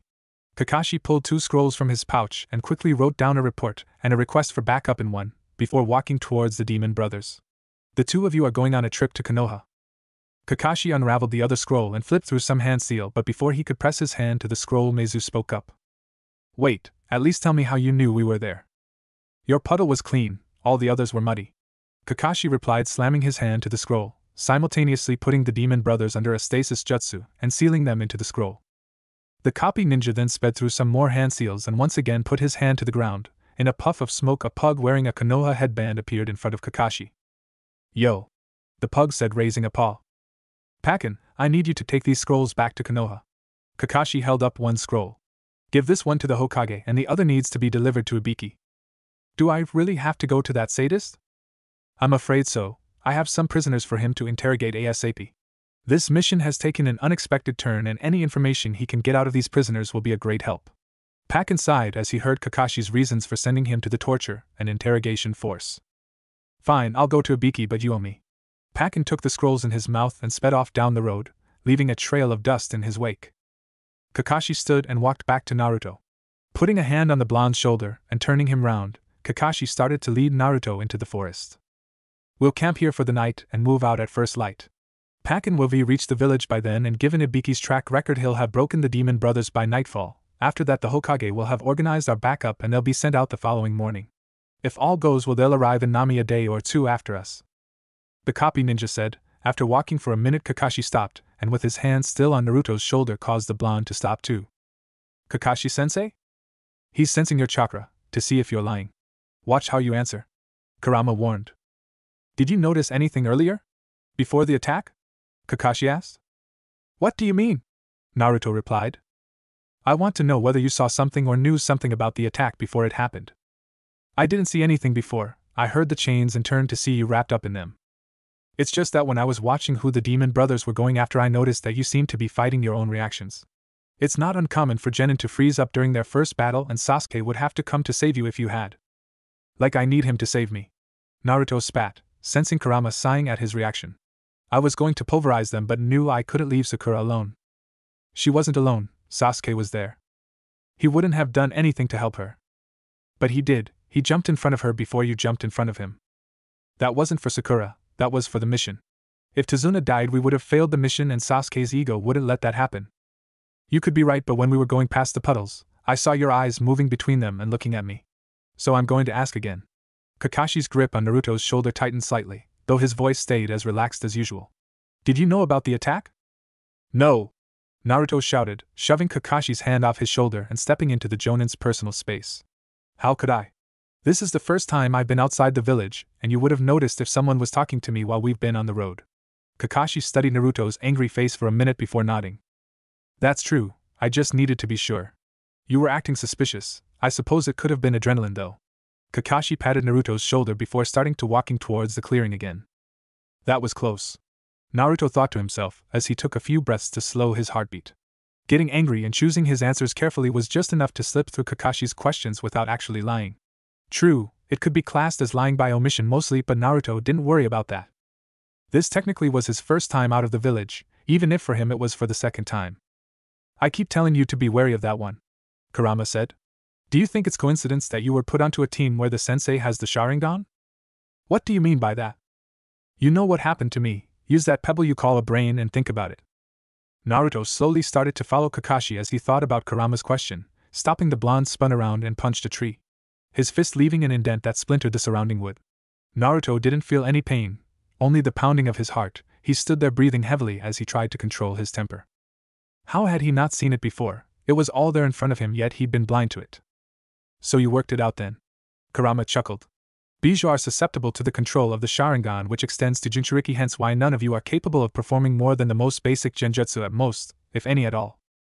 While the old man may have faith in you, he has to put the village first, and probably had to do something to quiet the elders. Just shut up. Naruto closed his eyes and waited for his heart to slow down. Someone's coming. Naruto didn't reply as he pretended to pee. Naruto? Where are you? Sakura called out from between the trees. I'm over here, Sakura, he replied. I just needed to pee real bad. I'll be at the camp in a minute. Oh, okay, I'll let Kakashi-sensei know you're alright. Naruto waited as he listened to Sakura's footsteps fade away. Damn. What? Now I really do need to pee. Naruto heard Kurama sigh and could picture the fox rolling his eyes as he took care of business. The following morning, Naruto and Sasuke quickly packed up their campsite and covered up the fact that they'd been there, in case any more enemy ninja were tracking them. As they continued to walk down the road, Naruto was waiting for Zabuza to appear. He saw the demon of the mist in every shadow and behind every tree.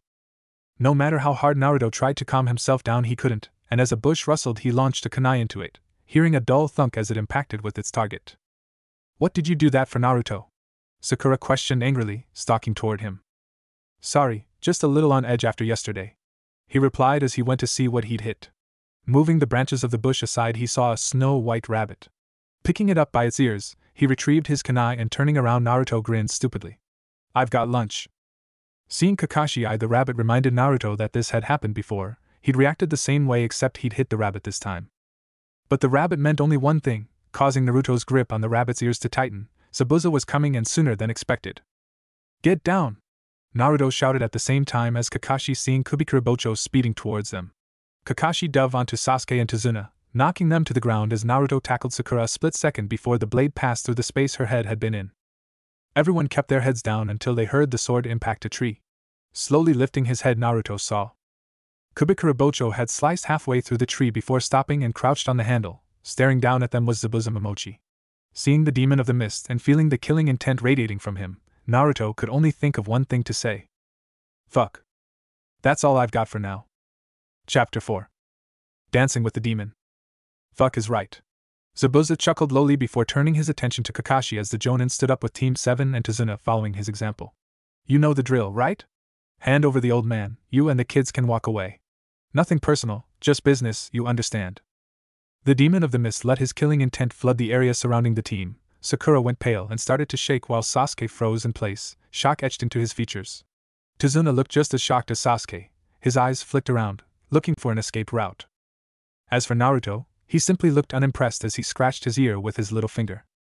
What's wrong with the brat? Zabuza asked Kakashi, towards Naruto. He should be a mess. I felt worse the first time I pranked the old man. The blonde replied, a slight shiver running down his spine as he remembered the feeling. Around the team bushes rustled as a band of men rose into view. Naruto counted 10 and knew that Haku would still be somewhere nearby watching. Gently guiding Sakura behind him, Naruto kept his focus on Zabuza. The men surrounding them were just standard thugs, mostly likely hired by Gato. They wouldn't be much of a problem for himself, Sasuke and Sakura to deal with. That was if they hadn't been paralyzed by Zabuza's Ki. I appreciate the offer, but unfortunately I have to decline.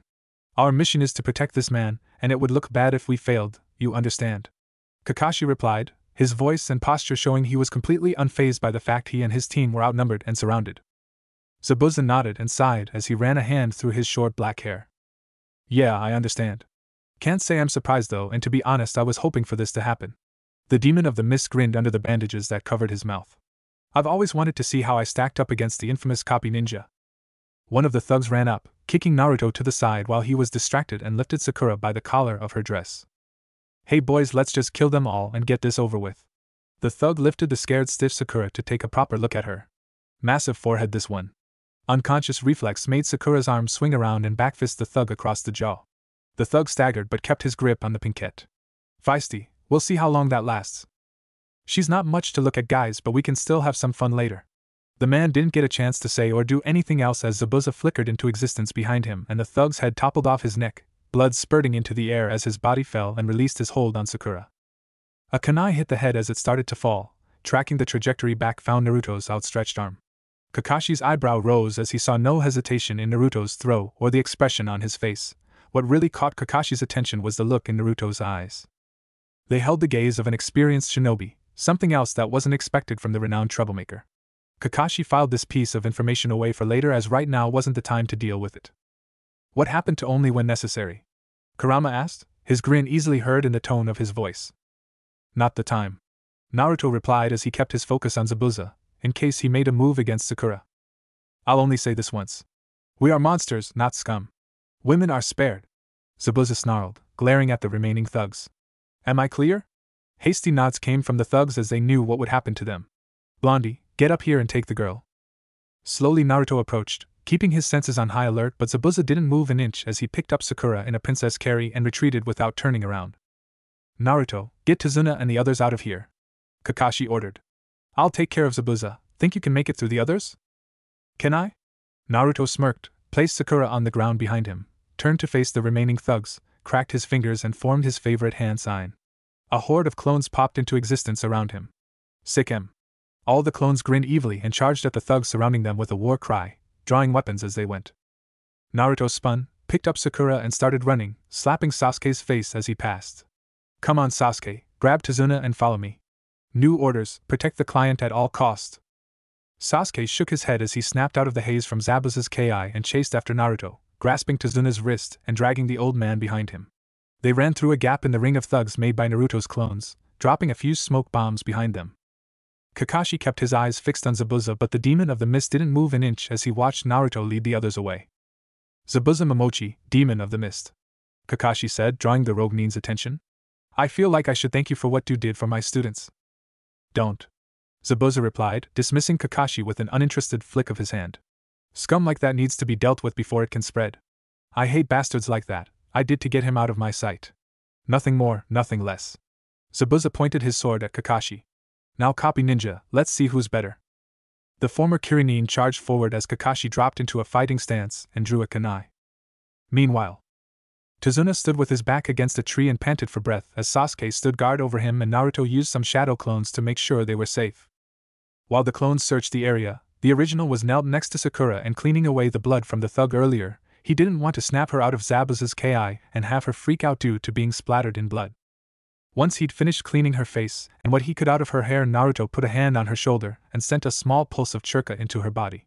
Sakura's eyes widened and her mouth opened to scream, but Naruto quickly slapped his hand over her mouth. Sakura, it's okay. You're safe. I'm going to take my hand away now, so don't scream, okay? The blonde asked softly. Watching the panic and fear in her eyes slowly fade away, he waited until he eventually got a small nod from the pinkette, gently taking his hand off her mouth.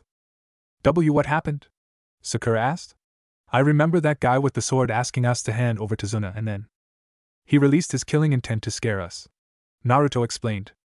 How do you know what it was? Sasuke grunted. Hanging around the old man, I picked up a few things. Naruto stood up and brushed some dirt off his pants. You guys stay here and protect Tazuna. I'm going back to help Kakashi-sensei. I'm coming too. A trio of stares snapped to Sakura's face as she slowly got to her feet.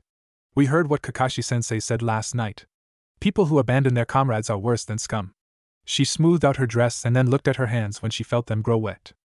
Lifting her hands, Sakura stared at the blood on her palms before turning her gaze to Naruto. The blonde quickly explained what happened and watched as Sakura's hands closed into fists and her head lowered to stare at the ground. They stood in silence for a minute before Sakura spoke again. Did you mean what you said last night? Huh?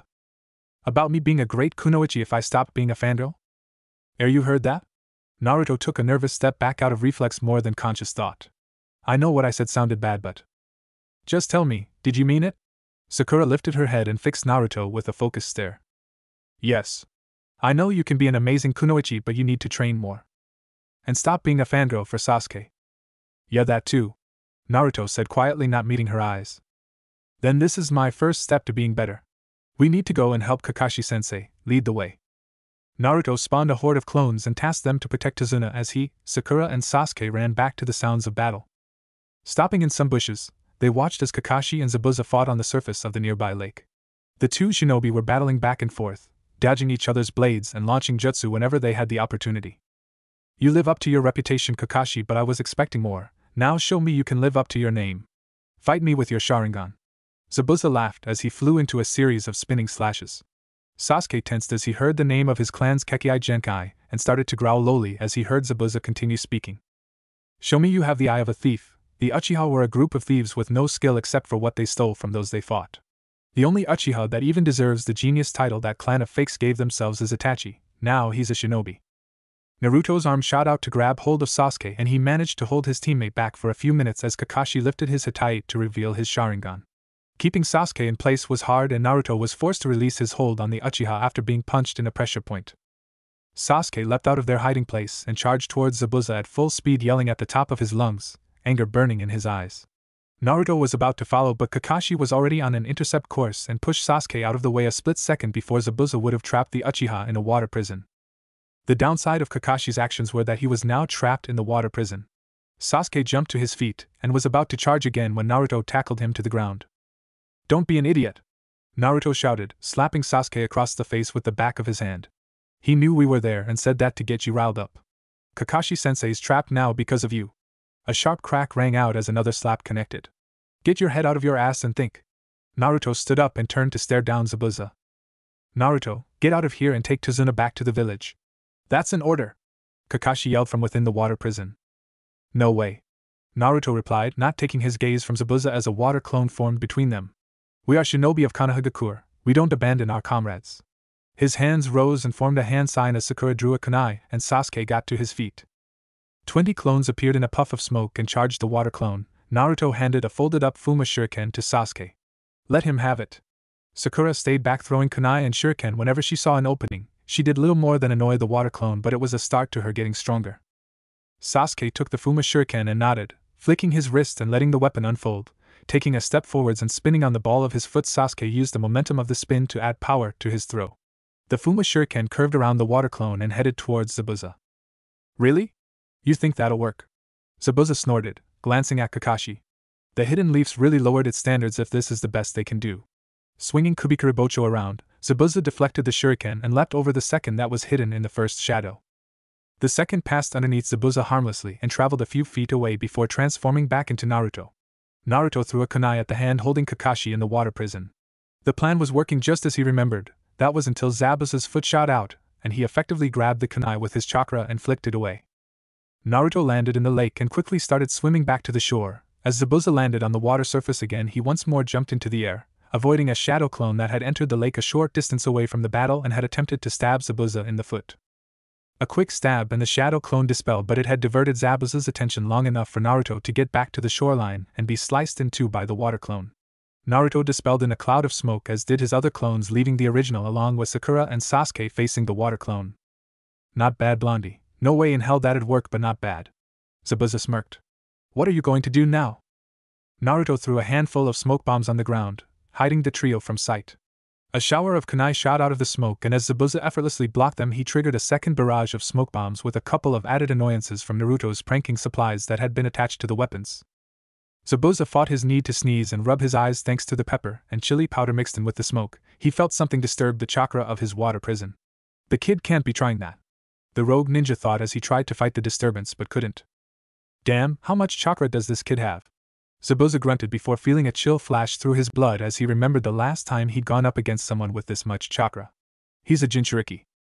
Zabuza thought as he felt the disturbance, and a swing of his enormous sword cleared enough of the smoke cloud to reveal the grinning face of Naruto sitting in the water prison. Yo! Naruto greeted with a small wave. Looking back to the shore, Zabuza saw a thoroughly soaked Kakashi standing where Naruto had been. The blonde had really pulled of a kawarimi with the jonin. Alright, Blondie, I'm impressed. You've got a pair of brass ones for pulling that off. Doesn't change the fact that you're my. What the hell are you laughing for? Zabuza demanded as Naruto broke into a full belly laugh. Hearing snickering from the shore, Zabuza looked and saw Sakura giggling as Sasuke fought to keep himself composed, and even though nearly all of Kakashi's face was hidden away, it was still easily spotted that the jonin was grinning. Now that the smokescreen had cleared fully, Zabuza caught sight of something shining from the corner of his eye. Looking for the source, he found he was looking at his own skin, or more specifically glitter that was coating his body. What the? Naruto is known for his pranking ability back in Konoha. It seems like you're his first victim outside of the village, Kakashi said calmly, but there was an undertone of mirth to his voice. You little bastard. Zabuza growled and spun Kubikuribocho around to slice through the water prison and Naruto in one fluid movement. Naruto split in two and disappeared in a puff of smoke. Just how many of these fucking clones can he make? His limit hasn't been found yet. Largest group he's made so far is a little over 1,000. We couldn't get an exact count because he started fighting himself, Kakashi replied. The ploy failed, Naruto. You can come out now. A rock behind Sasuke turned into Naruto, but not the usual Naruto. The blonde had appeared in his Oiroku no Jutsu form complete with clouds. Forgive me? Zabuuzie-sama. Naruto in a girly voice, accompanying each syllable with a jiggle of his chest. The demon of the mist glared at Naruto and started to snarl, his grip on Kubikuribocho tightening so much the handle's binding could be heard creaking. You're dead, kid. Zabuza prepared to launch himself at the group when a section of the bushes rustled. All the shinobi went on alert. A dark-skinned man with white hair and a goatee stepped out with Pakken under his arm. He was bare-chested underneath white body armor that only covered his stomach up to his left shoulder. White fingerless glove covered his hands and forearms with 3 red stripes on each forearm section and a silver ring on the back of each hand. A long white scarf was wrapped around his neck and a thick red rope was tied around his waist. Black pants with a band of white cloth tied around each leg just above the knee. His lower legs were covered with shin guards with the same 3 red stripes as his gloves. Black sandals were on his feet and 7 swords were arranged on his back. A pair of oval-shaped sunglasses covered his eyes. He had 2 tattoos, one on his right shoulder and the other on his left cheek, and on his forehead was a hitate which consisted of a white cloth and metal plate showing the symbol of Kyumogakure. No way. Naruto thought as he watched Killer Bee step fully into the open. Well, this is new, Kurama said, sensing his brethren nearby. Seeing the distraction on Naruto's face, Zabuza shined behind the blonde, intent on separating his head from his shoulders when twin slivers of light flickered in the corner of his eye. Spinning Kubikuribocho around, he deflected a pair of sanban that had been directed at his neck away and leapt back as Kakashi kicked him in the stomach to lessen the blow. This put him into the path of a more dangerous attack. Lariat! Be shouted as his arms slammed into the back of Zabuza's neck. The rogue nin tumbled bonelessly across the ground as a second pair of sanban darted into his neck and a Kirigakure hunter nin appeared on the branch of a nearby tree. I thank you all for your assistance. The hunter nin shined to Zabuza's side. Now, if you'll excuse me. Picking up Zabuza's body and Kubikuribocho, the hunter nin shined away. Who was that and why did they take his body? Sakura asked. Kirigakure hunter nin. Kakashi answered, shifting his gaze from where Zabuza had been to where Binod stood. A shinobi's body can hold a lot of secrets about their home village. Hunter nin dispose of the bodies of their village's rogue nin to keep those secrets safe. Though usually they dispose of the body where they find it. Probably took it away because of us being here, Sasuke said. Maybe, Kakashi murmured, putting the issue to the back of his mind for now. Thanks for the help, Naruto said, taking a step towards B when Kakashi pulled him back by his collar. You have my thanks for protecting my student, but if I may ask, what's the Raikage brother doing so far from home? Kakashi said, still on high alert with his Sharingan focused on B. Our villages aren't exactly on friendly terms at the moment. In the middle of Wanderlust, Killer B only did what was just. The main man was sick of being cooped up, took a hike and found this lost pup. Be wrapped. I have no idea what you're saying. It's okay, Kakashi-sensei, Naruto said, finally getting out of the Jonin's grasp. I speak rap. He said he was bored being stuck at home and decided to take a walk. He found Pakin and I'm guessing wanted to reunite him with his owner. Seeing I was in trouble, he helped out cause it was the right thing to do. Hell of a walk between here and Kumogakure. Also, I don't have an owner and this idiot won't listen to anything I say. Pakin complained, struggling in B's grip. Truth he speaks, kid with the blonde peaks. Naruto, be careful, Kakashi said, tensed for whatever might happen. It's alright, he'd like me, Naruto replied, looking over his shoulder at his sensei before turning back to B. Pups with the grown-up. We can intro, if you want to know. Naruto. Kakashi's tone made to point that the blonde was going too far. You want to know me? I'm the notorious Killer B. B released Pakin, who ran over to stand next to Kakashi, as he moved his arms around in a rap manner. Working with a cause no one else can, except for me, the main man. Yia waheyaha. My turn to educate, so your knowledge be sate. Naruto then pointed to each of his teammates in turn. Kakashi reads porn in every room, Sakura's a cherry just starting to bloom, Sasuke's buried deep in gloom, and I'm Naruto, the next Hokage. Boom! Naruto punched the air before pointing at his teammates again and continuing ignoring the looks of disapproval and annoyance from Kakashi. Sensei is his role, she's got lions in her heart, he's got a fire in his soul, and I've got a beast in my belly that's too hard to control. While he was rapping, Naruto's arms moved around in the same manner as B's did. Naruto! Kakashi shouted as he watched B's eyebrows raise in surprise. B's surprise faded quickly as he took a step towards Naruto and held out his fist. Don't be a chump, prove it with a fist bump. Naruto put his fist to B's without hesitation and the pair stood still while their demons connected. Gyuki, it's been a long time, Kurama said with a grin as the Bija looked at each other, their fists pressed together like their hosts. Gyuki was fully released while Kurama was reaching through the bars of his cage. Kurama, you've certainly become more civil. Care to tell me why you seem to be helping your host? The Eight Tails replied. Oh, I'll tell you, but you probably won't believe it. Kurama chuckled before starting his explanation. Once he finished, there were a few minutes of silence as Gyuki thought about what he just heard. Well, you are right, I'm having trouble believing you, but there are certain things you've said that neither you nor your host could know without being in Kumogakure to see it for yourselves. I'm inclined to believe that you're telling the truth. The question now is, what do we do to stop it from happening? That is something we're still working on. For now, spread the message on to Matabi and your host. Then I suggest getting as strong as possible and try to get Kumogakure prepared for a possible world war, but don't let the blowhard of Akage try invading other lands. Naruto will be doing the same in Konohagakure, and if event play out the same that Naruto and I saw, we'll try and get Shikaku to go along with the plan. Good luck convincing him. Last I heard, he'd given himself over to bloodlust. Leave that to Naruto and I. If all goes to plan, Shikaku will help. He is a Bija after all. Self-preservation is our highest priority. Kurama looked away from Gyuki as if he'd seen something.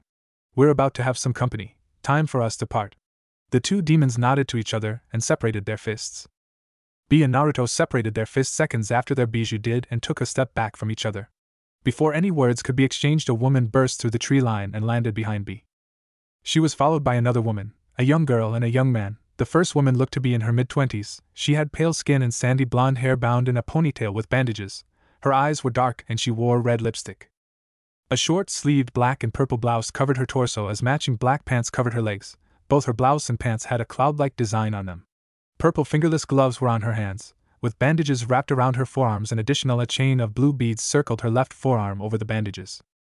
Her outfit was finished with standard shinobi sandals, a kunai holster on her right thigh, a red sash around her waist, and a Kumogakure hitaite on her forehead.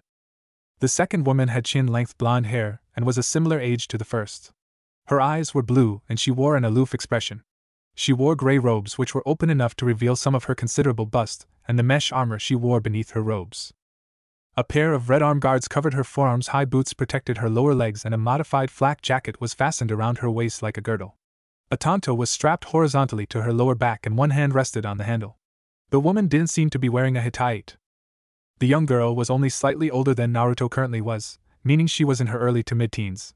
She had the same dark skin as B, red hair and amber eyes. She wore a simple long dress with short sleeves and slightly frilled edges covered with the same type of body armor as B. She wore her tight like a bandana, black boots with white soles, a simple pair of yellow earrings hung from her ears, and a long sword was strapped to her back. The young man was similar age to the girl. He had short, spiky white hair and dark eyes. His outfit consisted of an overly long shirt complete with hood. Red bandages were wrapped around his forearms and lower legs. His flak jacket mirrored that of B's and the young girl's. A lollipop stick hung from his mouth, and he carried a long sword on his back. His hatite was firmly tied around his forehead on black fabric. The four Kumonin looked at Naruto and the rest of Team 7 in surprise. They have Lord B. The girl with red hair reached for her sword as she rushed forward as Sasuke did the same. The woman with chin-length blonde hair stopped the red-haired girl as Naruto tackled Sasuke to the ground. Article 12. Kakashi said quickly, getting an understanding nod from the two blonde women. Article 12? Sakura asked. Article 12 of the Shinobi Code. The woman with a ponytail replied. Don't they teach you anything in Konoha? It can be invoked between shinobi of different villages to allow peaceful negotiations in unexpected circumstances. The woman noticed the spiral emblem on Naruto's sleeve as he struggled to hold Sasuke down. Hey cute kid, what's your name? Sasuke stopped his struggling to glare at the woman and opened his mouth to answer, but the woman interrupted before he could get any words out. Not you, the blonde kid. In his surprise, Naruto fell back as Sasuke pushed him off and stalked over to Kakashi. Brushing dust off himself, Naruto formed a ram's seal and flared his chakra. Why are you trying to dispel a genjutsu? The other blonde woman asked, having let the red-haired girl go once she'd calmed down. He's the one who get the attention, not me. Naruto explained, jerking a thumb towards Sasuke. Being called cute has never happened to me before. The blonde with the ponytail raised an eyebrow. Really? 'Cause the whiskers are cute and you've got beautiful eyes, not like dark and pasty there. Anyway, what's your name? Out of the corner of his eye, Naruto saw Kakashi subtly shake his head. Chuckling lightly, Naruto gave the woman the most charming smile he could muster. Isn't it manners to introduce yourself first? The woman chuckled lightly, raising her hand to her mouth and resting the side of her index finger on her lips. She moved her hand away with a slight flick of her wrist, a small smirk playing across her red lips. That's true, my name is Yujito. This is Samui, Kari and Oma. It seems as though you've already met Lord B. Yujito took a step forward and smiled at Naruto. Just out of curiosity, what's that symbol on your sleeve? Looking at the spiral, Naruto was about to answer that it was his clan symbol, but Kurama's rumbling voice stopped him. Remember what Kumo tried last time they found out about an Uzumaki? Naruto's mind brought up the story of how Kumo had tried to kidnap his mother when she was still a student. Thinking quickly, Naruto came up with the most convincing lie he could. Don't you know curiosity killed the cat? But since it's a beautiful woman asking, I don't see any harm in answering. It's just something the old man gave me when I was a kid. It's kind of like a good luck charm. No idea what it means though. Naruto noted the look of surprise and suspicion on Yujito's face as he mentioned a cat while staring directly at her. Ah, but curiosity can bring a lot of good things, Samui said. Have you ever been curious about life in Kumogakure? Everyone's eyes widened at the thinly veiled suggestion of Naruto defecting. Taking a few seconds to recover, Naruto gave Yujito and Samui a flirty smirk. I don't think this is the best place for a conversation like this. How about dinner? I know a great ramen place in Konoha, if you'd care to join me after my mission ends. The two women looked slightly shocked at the fact Naruto was flirting with them before smiling. You're quite forward, aren't you? Samui said. There's two of us and only one of you. Are you sure you're man enough to handle the pair of us? Yujito almost purred. Naruto just grinned widely. Ladies, there's plenty of meat to go around. Clicking his fingers, Naruto's clones appeared in the trees surrounding them. At first the two women just thought they were normal Bushin, but when the clones dropped to the ground, kicking up small cloud of dust and showing they had shadows, the women realized that they weren't normal clones. Yujito quickly counted the clones and came up with an estimate of around 40. She tapped the numbers and a message out in code against Samui's leg. Seeing her fellow blonde's head dip slightly, Yujito knew that Samui was willing to go along with the plan. You really are special, aren't you? I'm going to have to insist that you come to Kumogakure with us. Yujito's fingernails started to lengthen as Samui's hand rested on her Tanto's handle. Karui and Oma copied her actions, reaching for their own swords. Naruto turned slightly so his face was hidden from the rest of Team 7 and let his happy-go-lucky mask slip away. Now his face showed the visage of a battle-hardened veteran. His blue eyes had turned cold, and the grin he wore had vanished from existence.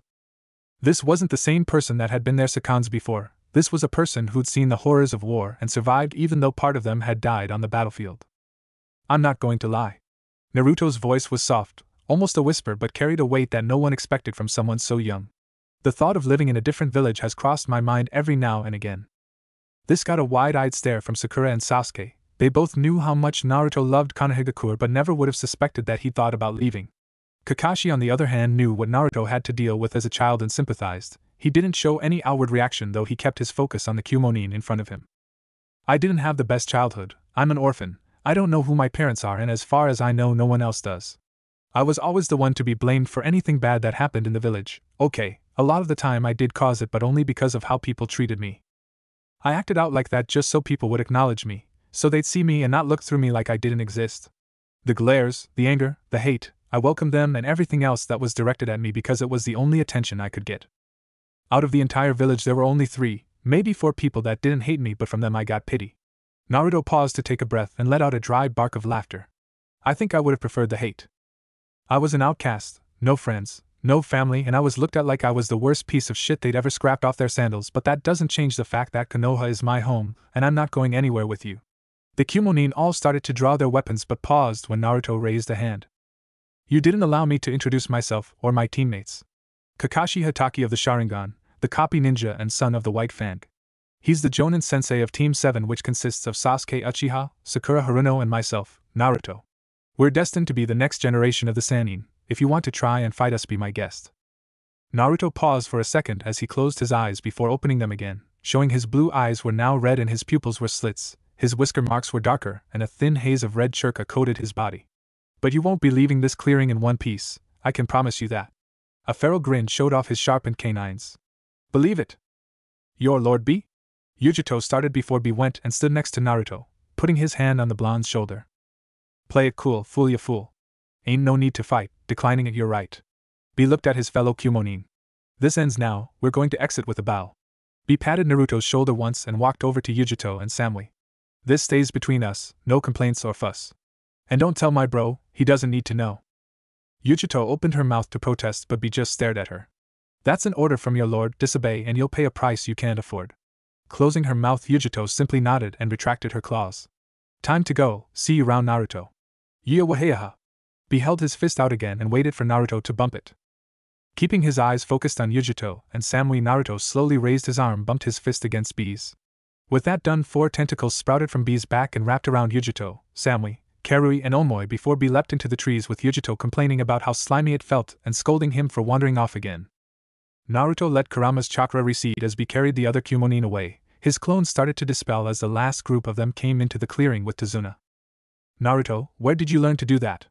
Sakura asked, causing Naruto to turn and face her. Learn what? To talk like that, you were flirting with them. So what, they were pretty. How did you even know how to do that? I didn't sleep through all our classes, I remember some stuff. Which class was that from? Infiltration and seduction techniques. Never thought I'd have to use them though.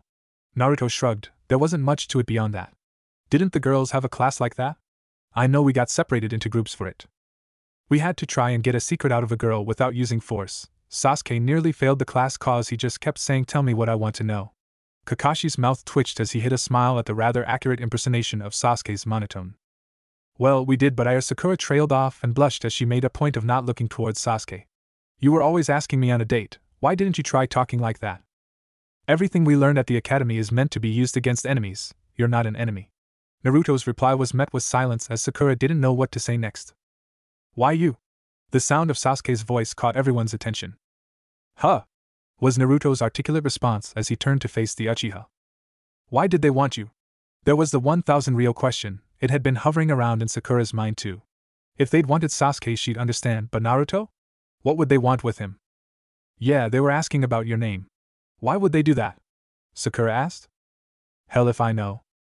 It's because he's an Uzumaki, Kakashi said, moving his Hittite back down to cover his Sharingan. The Uzumaki were a powerful clan when Konoha was founded, but they died out. How powerful could they be if they died out?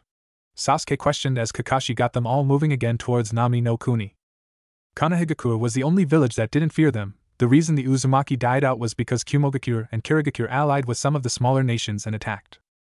By the time Konoha found out and managed to muster a force strong enough to help, it was too late. There are some Uzumaki that managed to escape, but it's not known how many or where they are now. Not being there for our closest ally is one of the darkest stains on Konoha's history. A dark chuckle came from Kakashi. They took the majority of the attacking force down though. A well-trained Uzumaki in their home territory is someone you never want to face. Naruto's an orphan, how do you know he's actually an Uzumaki? Sakura asked. By his chakra, the Uzumaki were known for having enormous chakra reserves and exceptional longevity.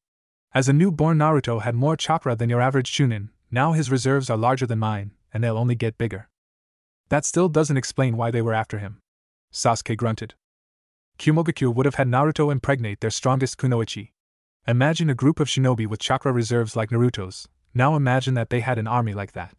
Kumogakure's main focus is on military power. Having Naruto, they would have been more powerful than ever before. Wait a minute! Naruto shouted. I would have had sexy times with those blondes? Can I change my mind and go find them? Naruto's answer was an unimpressed expression from Kakashi and a punch to the head from Sakura. Okay, I get it, not the time for jokes. We need to get to Nami no Kuni as soon as possible, Kakashi said. Pakken, give me those scrolls back. There's something I need to add to them. Sure thing, Kakashi. Pakken dropped the scrolls on the ground. Kakashi knelt down and opening the one for the Hokage, adding a few more lines to it before closing it and handing the 2 scrolls back to Pakken. Now I need you to get to Konoha as quickly as you can and try not to get stopped again. If that weirdo tries to grab me again, I'll chew his beard off. Pakken picked up the scrolls and dashed into the trees, leaving a dust trail behind him. Now that's done, we're heading out again. Kakashi stood up and staggered to one side. Damn, used too much chakra. I'm out of shape. Naruto quickly got hold of Kakashi and helped the Jonin steady himself. We're going to have a talk about what just happened later, Naruto. Yes, sensei. Naruto sighed, knowing he probably had some explaining to do. With that said, Team 7 and Tazuna continued on their way, and apart from an incident with some bandits, they made it to Nami no Kuni safely, reaching Tazuna's house and letting Kakashi rest so he could recover his chakra. That's it for now, let me know what you think. Chapter 5. Practice and Preparation. Naruto sighed as he felt the memories of a shadow clone flow into his mind. They still couldn't get the chakra shell for the Rasengan to stabilize, but at least he now knew another way to not do it. He was sat on the roof of Tazuna's house keeping watch. He should have woken Sakura a couple of hours ago for her shift, but decided to let her sleep. It had been a hard day for all of them, and he wanted some time to himself. From what his memories were telling him, Zabuza having backup, B and the others turning up, none of that had happened. Naruto had been fairly confident when taking the mission after overcoming the original shock of how quickly it had come up, but now, even though they weren't massive changes, they still could have led to big problems. Pulling a kunai out of his pouch and idly spinning it around his fingers, Naruto let his mind drift back a few hours to what had happened when he'd arrived at Tazuna's house. Flashback. My house is just ahead, Tazuna said as he led the group through the village. A piercing scream stopped anyone from saying anything in return. Tsunami, the bridge builder, whispered before taking a step forward. Naruto unceremoniously dropped Kakashi and pulled Tazuna back, pushing him towards Sakura and Sasuke. Keep him here and be ready for an attack. Naruto barked the order before dashing towards the scream. Arriving at Tazuna's house, he found the door broken open and brutal laughter. Without a second thought, he leapt into the house and saw 6 of Gato's thugs huddled around Tsunami. Shreds of her clothes were scattered across the floor, and Inari was laying on the other side of the room unconscious with a small cut on his forehead. Kurama. The fox demon didn't reply other than letting some of his chakra flow into Naruto's system. Much like the show of force against the Kumonin earlier that day, Naruto's eyes turned red and slitted, his whisker marks darkened, his nails grew into claws and his teeth sharpened. He dropped his bag before shrugging off his jacket, and leaping over the thugs landing between them and Tsunami, he held his jacket back to Tsunami, and as soon as he felt the weight lifted from his hand, he went on the attack. The thugs didn't stand a chance against him. The first one was down before any of them could blink, the second shortly afterwards. The third actually managed to reach his weapon before Naruto broke his arm in 3 places and kicked him across the room. The remaining 3 charged at Naruto while drawing knives and hatchets from their belts. Staying low, he ducked under their attacks and lashed out with a vicious uppercut, knocking the 4th thug out of the fight. The last 2 tried to trap Naruto in a pincer movement, but were taken down by a split kick to the nose. That last move was just showing off, Kurama said as he pulled his chakra back. I needed to take them out before anyone came to investigate, Naruto replied as he pulled some ninja wire from his bag and started tying the thugs up. I understand that, but by doing that you've split your pants. The fox chuckled. I thought it was a bit drafty. I'll fix them later. He continued to tie the thugs up, and just as he finished, Sasuke appeared at the door, with a kunai in each hand. He looked around the room, taking in the shreds of clothes, broken door, tied up thugs, and Tsunami fussing over her son, with Naruto's jacket and blanket from his bag covering her. Clear? He asked. Clear, bring them in. Naruto sighed in reply, taking deep breath to calm his heart rate and get control of the adrenaline that was flowing through his body. Sasuke nodded and disappeared, returning a few seconds later supporting Kakashi's weight as Sakura and Tazuna in front of him. Tsunami! Tazuna shouted as he ran to his daughter. What happened? Are you and Inari okay? We were fine, father. The blonde boy saved us before anything happened. Tsunami said, hugging her father. Thank you, Tazuna said gratefully. I just did what was right, Naruto replied, rubbing the back of his head. I'll fix everything up while you look after your family. I'll go on watch, Sasuke said as helped Kakashi to a chair before he walked out of the door and leapt up to the roof. I'll see to any injuries, Sakura added as she pulled a medical kit out of her bag. Am I even needed on this mission? Kakashi asked. You need to rest, Kakashi-sensei, Sakura replied. You've used too much chakra. We can handle everything till you've recovered. With that said, Sakura walked over to the reunited family and upon Tsunami's insistence, started to treat Inari's head wound. Naruto, there's an empty room upstairs. Take your sensei up there so he can rest comfortably, Tazuna said. It's the second door on the left. After giving the old man a nod of understanding, Naruto picked up his bag, helped Kakashi to his feet, and took him upstairs to the room. As he left his teammates to their tasks, Naruto heard Sakura start to giggle. Close the door, Naruto, Kakashi said as soon as they crossed the room's threshold. The blonde nudged the door closed with his foot before lowering Kakashi onto the bedroll. There's a few things we need to talk about. I know, Naruto replied. He thought about trying to get out of this talk, but the edge in Kakashi's voice told him there was no avoiding this. Sit down. Naruto dropped to the floor and crossed his legs. You know what I want to talk about, don't you? That wasn't a question, just a statement of fact, but Naruto nodded in answer anyway. You accessed the chakra of the Nine Tails. You told those Kumonin that you're a Jinchuriki, and I saw no hesitation in your eyes or your aim when that thug had hold of Sakura. You were aiming to kill, without remorse, and you would have if Zabuza hadn't beaten you to it. Too much is happening right now to get into this properly. I will be telling Lord Hokage about this when we return to the village, but for now I've like some sort of explanation. Kakashi's one visible eye bore into Naruto as he waited for an answer. Blame me, tell the Cyclops that I offered you a deal. I help you fight so that I don't disappear into the void for a decade if you die, Kurama said quickly. It'll keep him off your back for a little while at least. The QB. He doesn't like being in me, but he likes the idea of dying less. I'm not the best ninja, I'm the dead last. Outside of the village I wouldn't stand a chance on my own against a strong enemy. The QB gives me power to fight and I keep us both alive. That explains using the fox's chakra. Now explain the Kumonin. The QB told me about Killer Bee and that his tenant could sense the fox in me. It was better to just come out with it, and try to gain B's trust. The fist bump let the QB talk to the Eight Tails and convince him to keep us a secret. How exactly did he do that? Self-preservation. Self-preservation, the QB said. All of the tail beasts want to stay alive, and if my identity was told to the Raikage, then, when he eventually came back from the void, he'd head straight for Kumo and eat B. That may stop B but not the other Kumonin. They'll listen to B. Iruka-sensei told us that Kumogakure is like a giant army. B's a higher rank, so they'll follow his orders. They'll respect him too much to go against him. You seem strangely confident in B, almost like you know him well. Growing up as the village scapegoat, I had to learn to get a good read on people quickly.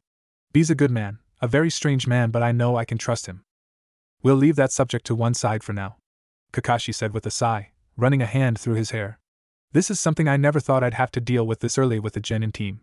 You went for the kill, without hesitation or remorse. If I'm being honest, I thought Sasuke would have been the first. He held up a hand as Naruto opened his mouth. Don't try and deny it, I saw it in your eyes. For that split second, you look like a veteran who's been through a world war. I saw the way I used to be in your eyes, Naruto. What happened to make you like that? I don't know, I just reacted when that guy started talking like that. I couldn't let something like that happen to Sakura. That still doesn't explain the look in your eyes. I'm going to have to come clean, Naruto thought to Kurama. Not yet, we need more time to prepare. Well, what the hell can I say? If I don't say anything, I'm getting a private conversation with the Biki. If I tell the truth, I'm getting a psyche eval, and if I say it was you helping me, we're both getting slapped with a stronger seal.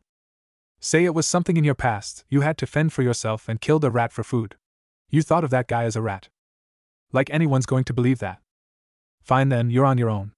Kurama cut the connection between them and left Naruto to find a way out on his own. Naruto, I'm waiting for an answer, Kakashi said. I can't explain it. I saw one of my precious people being threatened and my body acted. Alright, but we'll return to this after the mission. Kakashi rubbed his neck. He really needed to rest, but this conversation couldn't wait. I know you lied about Lord Third and his killing intent. There was only one time he used that on you, and that was when you thought it was a good idea to fill his hat with glue and slam it onto his head. He didn't make it as intense as Zabuza was. You should have been paralyzed just like Sasuke and Sakura. So how did you resist Zabuza's Ki? Kyuubi snapped me out of it. He said something about having an ability to sense emotions and brought me out of it. I thought it might mess with Zabuza's head to see a fresh genin not react to it. That fits with your explanation of the deal you have with the Kyuubi. One last question, then I need to rest. How did you about my father? I make a point of not mentioning him, and I know that there's no record of it. I asked Lord Fourth to redact any connection between my father and myself. Why? Naruto asked, stalling for time so he could think of an explanation that Kakashi would buy, at least for the moment. Naruto, I'm the one asking the questions here, answer me.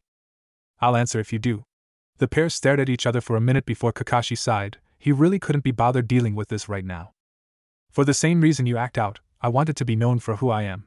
You act out so people acknowledge you. I cut the connection so that I could make a name for myself and not for my father's name. Now answer my question, how do you know? Naruto nodded. He'd used the time given by Kakashi's answer wisely and had thought up an excuse that Kakashi should believe. Gai-sensei, when we were training he went into one of his speeches about a youth's spring of fire or something like that. I tuned most of it out, but I listened enough to hear him say his eternal rival was the son of the White Fang. Kakashi studied Naruto's face to look for any sign of a lie but couldn't find anything. He sighed and cracked his neck. That does sound like something Guy would do. Alright Naruto, you and Sasuke set a perimeter and lay a few traps. We shouldn't be expecting any unwanted visitors, but it's better to be safe than sorry. After that, settle in for the night. You take first watch, Sakura can take the second and Sasuke can take third. Be on your guard. I don't think Zabuza's finished with us just yet. Zabuza's still out there? The hunter Nin should have burned his body where it was found, not taken it somewhere else. Zabuza's got an accomplice. We need to be ready for anything. Tell Sakura and Sasuke, but let Tazuna look after his family for now. We can tell them in a day or two. Kakashi lay back on the bedroll. Wake me in a few hours and update me on what you've done. With that said, Kakashi closed his visible eye and Naruto left the room. Before returning to the lower floor, Naruto opened his bag and changed out of his damaged pants. He took out his spare pair and quickly changed into them. Flashback end. Naruto tensed as he felt something on the roof behind him. He jumped to his feet and spun around with his kunai ready. Letting out a hell breath, Naruto relaxed when he saw it was Sakura. Don't sneak up on me like that, Sakura, I could have hurt you. I gave the signal that I was coming. You didn't reply, so I came to find out why. She replied as she walked closer. Sorry, just thinking. Naruto let out a dry bark of laughter. I know, it's surprising, isn't it? Me thinking. No, not that surprising, Sakura said as she sat on the edge of the roof, padding next to her. Naruto raised an eyebrow but did as she silently requested and sat next to her. You're always thinking of something, how to prank someone, what you'll do when you're Hokage, stuff like that. She was silent for a minute before speaking again. What you said to those Kumonin, did you mean it? About us being the next Sannin? Damn right I did. We're going to be in the history books. Kids will want action figure of us. They'll want to be us when they grow up. That's not what I meant, Sakura interrupted. I meant about leaving the village. You love Konoha, you want to be Hokage. How could you have thought about leaving? You'd really give up on your dream, just like that? She watched Naruto's face to gauge his reaction. A multitude of emotions rippled across it. Love and pride she expected to see, but anger, depression and hate caught her completely by surprise. Sakura. He sighed, looking out at the water before them. Everything I said to them was true. I'm an orphan. I'd been alone all of my life apart from the little bit of time the old man would put aside so I could talk to him. I never had friends. I mean, I hung around with Shikamaru, Choji and Kiba, but I never got the feeling that they were really my friends. It was like they kept me around to be a scapegoat. My parents, I know next to nothing about them. All I know is what the old man told me, which was that they love me. He won't tell me their names, said something about them having a lot of enemies, and if it got out who I was, then I'd be either assassinated or kidnapped. Naruto sighed again and leant back a little to look at the starry sky, his voice turning wistful. I can understand that, but I'd still like to know something about them. Favorite food, hair color, anything. Rubbing the back of his head, he turned his attention back to the water in front of them. Naruto's tone turned bitter as he spoke again. Everything that went wrong in the village would be blamed on me, everything from a piece of dropped litter to arson. Even when I was in the academy, sat right in front of Iruka-sensei, there were still people blaming me for vandalism and theft on the other side of the village. He shrugged. Okay, I could do that now, but this was before I knew how to make shadow clones. I'm hated for something. I always have been. I don't know what it is, but all the adults do. I know that much, and because of how they act, the other kids do the same. I've been beaten up by gangs, had rotten fruit thrown at me, chased out of shops as soon as I've walked in the door. Naruto paused to calm himself down. His voice had been getting louder, and his tone darker, as he spoke. After years of that, can you blame me for thinking about leaving? The old man did what he could, but there's only so much one man can do against a village. Put yourself in my place, no one looking out for you, everyone taking every opportunity to attack you in one way or another. Can you honestly tell me you wouldn't wonder about what it would be like if you lived somewhere else? He turned to face Sakura, staring directly into her eyes, letting her see the tears welled up in his. Being hated hurts, but not as much as being pitied or treated as if you don't even exist. Sakura didn't know what to do. Naruto had always been so happy and confident, seeing him like this didn't sit right with her. She knew that she needed to say something to cheer him up, but nothing came to mind. Wanting to help anyway, Sakura just started to speak. She was the smartest kunoichi from their class. She'd trust her intelligence and her heart to steer her right. Naruto, I can't say I know what it must have felt like living like that, not having anyone there for you, but if you want, I'll be your friend. I know we don't really see eye to eye. I've hit you and said a lot of mean things about you, so I'll understand if you don't want to be friends with me, but if you ever need someone to talk to, just ask. She put a hand on his shoulder and gave him a small smile. Naruto wiped his eyes with the cuff of his jacket, the broken look in his eyes slowly mending before her eyes. I'd be honored to be your friend, Sakura, he said softly, returning her smile before wincing as she pulled on his ear. Ow, ow, ow, ow, what happened to being friends? Oh, we are friends. This is just a little punishment for not waking me when it was time for my watch. She gave him a sickly sweet smile. It's been a long day, and I wanted everyone to get some rest. Naruto whimpered as Sakura pinched his ear harder. Doesn't everyone include you? There was that sweet tone again. How could something that sounded so nice be so scary? Yeah, but I'm never tired. Naruto pumped a fist into the air and grabbed his bicep. Have you ever seen me worn out? Well, no, but Sakura faltered. Then it's fine. This won't be the first time I've stayed up all night. Go back inside and sleep. No. I'll stay here and help you keep watch. Sakura gave him a small smile. 2 pairs of eyes are better than 1 after all. Naruto just looked at her blankly. What? Naruto made his signature plus hand seal and a pair of shadow clones poofed into existence behind him. Oh yeah, well, an extra set can't hurt, can it? Naruto shrugged and took off his jacket. Here, he said, draping it over Sakura's shoulders. There's a cold breeze, you could get sick. What about you? You'll get cold. Don't worry about it, I dealt with worse. Worse? Sakura asked, but was only answered with a tense silence. Oh, sorry. Don't worry about it. With nothing else to be said, the 2 genin fell into a comfortable silence, as they kept watch over Tazuna and his family. The only sounds to be heard were birds, waves, and the thugs tied to the post holding Tazuna's home above the water thrashing about in the ocean. The following morning, after Naruto was chewed out by Kakashi for taking watch for the whole night, they all sat down for breakfast. Team 7 were formally introduced to Tazuna's family and treated to Tsunami's excellent cooking. While they ate, Sakura asked a question. Kakashi-sensei, the weird guy from yesterday, why did he have tentacles come out of his back? Tazuna and his family looked to the Jonin to hear his explanation. Inari tried to look disinterested by keeping his eyes on his breakfast, and Tsunami was sewing the hole in Naruto's pants after he split them the day before. Huh? Kakashi said, looking over the top of his adult literature. Oh, that, well, there are many things in this world that can be explained in many ways. It may have been a bloodline like the Sharingan or Byakugan, a family technique like those possessed by the Yamanaka and Nara clans. He may have even been a Jinchuriki. Kakashi turned his attention back to his book as Naruto resisted the urge to react. A Jinchuriki? What's that? A Jinchuriki is someone who has one of the tailed beasts sealed inside of them. Couldn't they kill it like the 4th Hokage did? Again, Naruto fought against his reactions. Lord 4th sacrificed himself to deal with the 9 tails. Kakashi hid his hesitation by turning the page of his book. A lot of people say they'll sacrifice themselves for their home, their family, or whatever they've pledged themselves to protect, but when the time arrives and demands a live to save others, not everyone is willing to pay that price. Some run and some try to bargain, while others look into different options. So, Jinchuriki are as strong as the tailed beasts? Sasuke asked, breaking his silence. They can be. It all depends on how much control they have over their tailed beast. Peeking over his book, Kakashi saw confusion on Sakura and Sasuke's faces. Think of it like this. You're the Jinchuriki of the 4 tails, and let's say that the 4 tails' power is represented by 4 kunai. A storage seal is on your skin and represents the fact that the 4 tails is sealed inside you. On your own, you only have access to your own chakra, but with training you can start to draw on the power of the tailed beast inside you.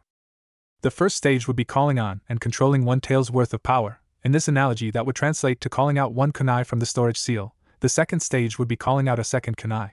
The process continues until you gain control over all of the tailed beast's chakra. Sounds easy enough. There is something I've missed that wouldn't fit with the kunai analogy. From what I know, the tailed beasts possess some level of intelligence, and will fight you every step of the way. When you draw on their power, they in turn can influence you. They will do whatever they have to in order to release themselves from their host. Only those who possess exceptional willpower and powerful chakra are chosen to host the tailed beast. You mean someone like Naruto? Sakura asked. Naruto couldn't stop himself flinching at the question. True, Naruto does possess the necessary criteria to hold a tailed beast, but his personality isn't what is usually looked for in a Jinchuriki. He's too unpredictable, too free-willed. Complete and utter loyalty is a trait that comes first for a lot of villages. While Naruto is loyal, he's loyal to Lord Hokage, not the village. As you heard yesterday, Naruto has a number of reasons to have grievances against the village, so that would make him a threat should he decide that he's had enough. When a village creates a Jinchuriki, they don't want to risk it being someone that could take all of that power and turn it against them, or worse, give in to the power and release the beast inside of them.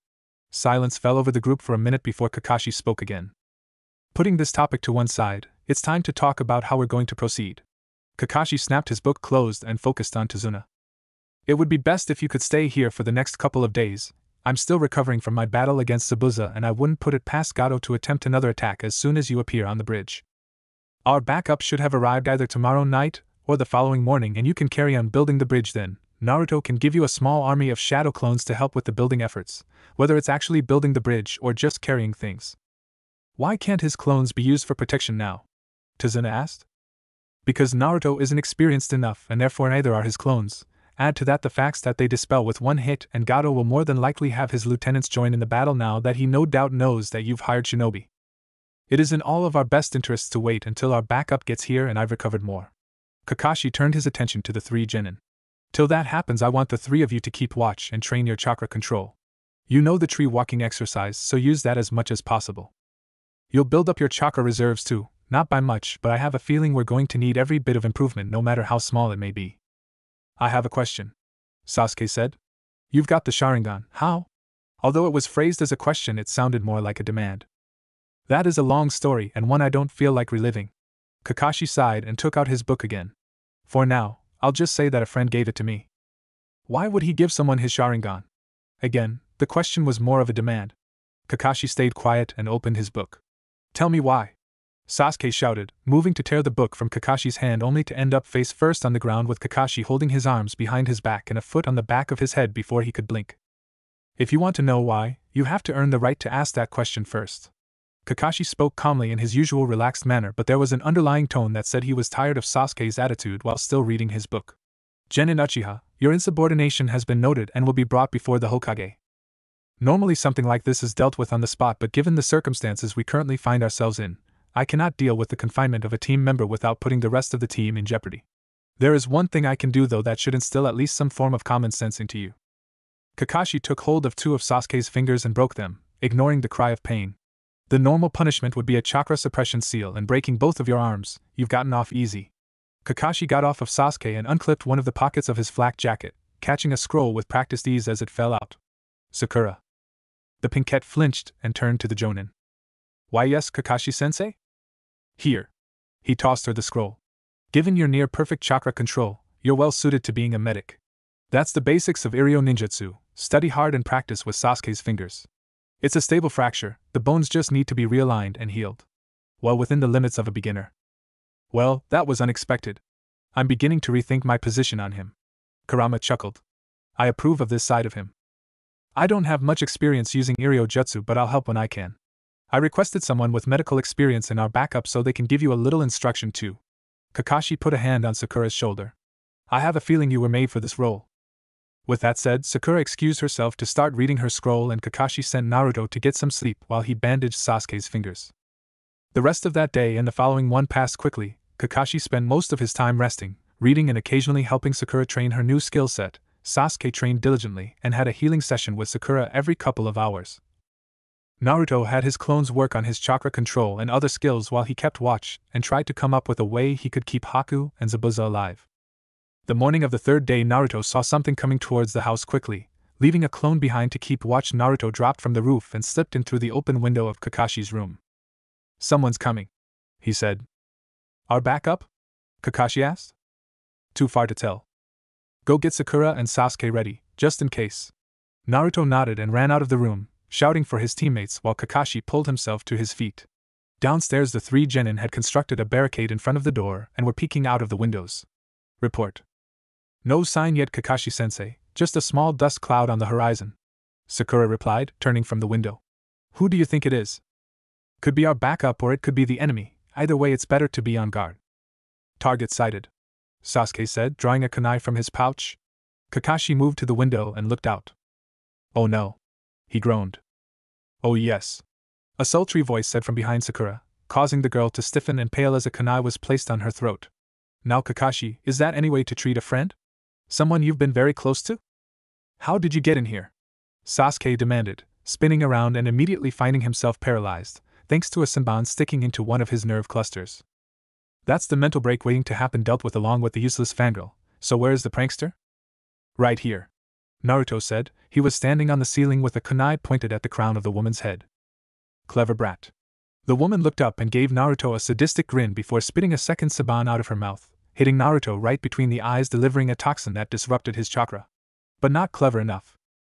The woman used a shunshin to avoid Naruto's fall, leaving him to land on top of Sakura. She then used shunshin again to return to her previous position and used the two genin as a seat.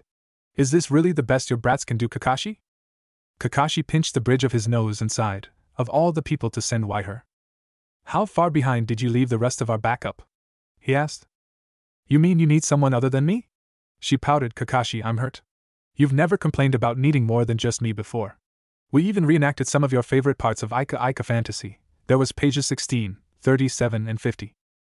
We tried page 72 but I wasn't flexible enough, which is saying something, and you wanted to do that thing on page 109 but that's too kinky, even for me. 109? The thing with the egg whisk and wet celery? Naruto asked, drawing a slightly surprised look from Anko. That's the one, Blondie. Damn, Kakashi-sensei, I knew you were a perv but I didn't think you were that bad. Naruto, she's lying and you know what I mean. Anko, who else is with you? No one, just me. Anko replied. The old man said he'd try and sort out more backup but there's no guarantee. Kakashi's blood ran cold. What? The old man can't spare anyone else right now. Hell, he looked ready to suit up and come here himself when he got your report. What you described was too high level for a genin team to be sent, and with the you-know-what happening soon, the village needs every shinobi it can get to run missions and prepare. You were lucky to get me and not a random chunin. Now give me the details before my chair tries to get up. Sighing again, Kakashi filled Anko in on the mission and what had happened so far. Alright, I've got the picture of what's happening. What can the brats do? I need to know what I'm working with here while you recover. I'll let them tell you. Your toxins are beginning to wear off. Kakashi turned and made his way back to his bedroll to keep recovering. Lazy bastard. Anko muttered as she stood up and picked Naruto and Sakura up by their collars. She dropped them on the couch and pushed Sasuke over to join them. So, what can you do? Who are you? Sasuke demanded, receiving another paralyzing senbon to the neck. Learn some manners. Anko pointed a finger at Sakura. Name and capabilities. I am Sakura Haruno. I have nearly perfect chakra control and I can use the 3 Academy Jutsu. I've completed the tree climbing exercise and Kakashi-sensei just started my education in Iryo Ninjutsu. What about the mental break in waiting? A low grunt came from Sasuke as he tried to speak through the paralysis Anko's senbon had stricken him with.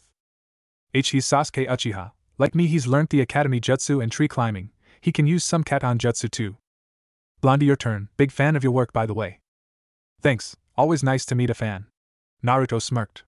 I don't have many. Naruto Uzumaki, future Hokage, massive chakra reserves, even more stamina. I can use 2 of the Academy Jutsu, replacing Bushin no Jutsu with Kage Bushin no Jutsu. I can tree climb using chakra and I'm in the process of learning the Rasengan. Outside of Jutsu I can set traps and I'm very good at stealth. Your dress sense says you're bad at stealth. I painted Hokage Monument during the day, on a very sunny day, in a bright orange jumpsuit and didn't get noticed until I'd finished. I've snuck into ANBU headquarters and set up all sort of pranks, then got out without being seen. I've been in all of the most highly secured buildings in the village and not been caught in there. Naruto paused for effect. Now tell me I'm bad at stealth. Prove it. What's in the bottom drawer of Ibiki's desk? Bottom left is a picture of someone I'm going to guess is his younger brother. Bottom right has a bottle of high-quality sake, a brand that I'm pretty sure is illegal outside of Mizu no Kuni. And just to prove a point, in the bottom drawers of the old man's desk are his collection of Ika and his special blend tobacco. I also know the locations of his sake stashes. Anko blinked. Okay, brat, I believe you. One question though, why did you never prank anyone in TNI? I'm an idiot, but even I know not to mess with the people who play head games with poison and sharp objects. Fair point, they use some blunt objects too sometimes. Guess it's my turn now. I'm the sexy and irresistible Enko Midarashi, a Tokubetsu Jonin. I specialize in tracking, although I've done a bit of everything: TNI, assassination, seduction, you know, the usual fare. Enko grinned. Now for some bad news. Until Kakashi's back on his feet, I'm taking over your training. So, let's just go back to what you can do. Mental break's a firebug, what about you two? Enko pointed at Naruto and Sakura. What are your chakra natures? We don't know. Sakura replied. What? We don't know, no one's told us, and we haven't been shown how to do any elemental jutsu. You're seriously telling me that? Enko snarled and pinched the bridge of her nose. Okay, this is going to be harder than I thought.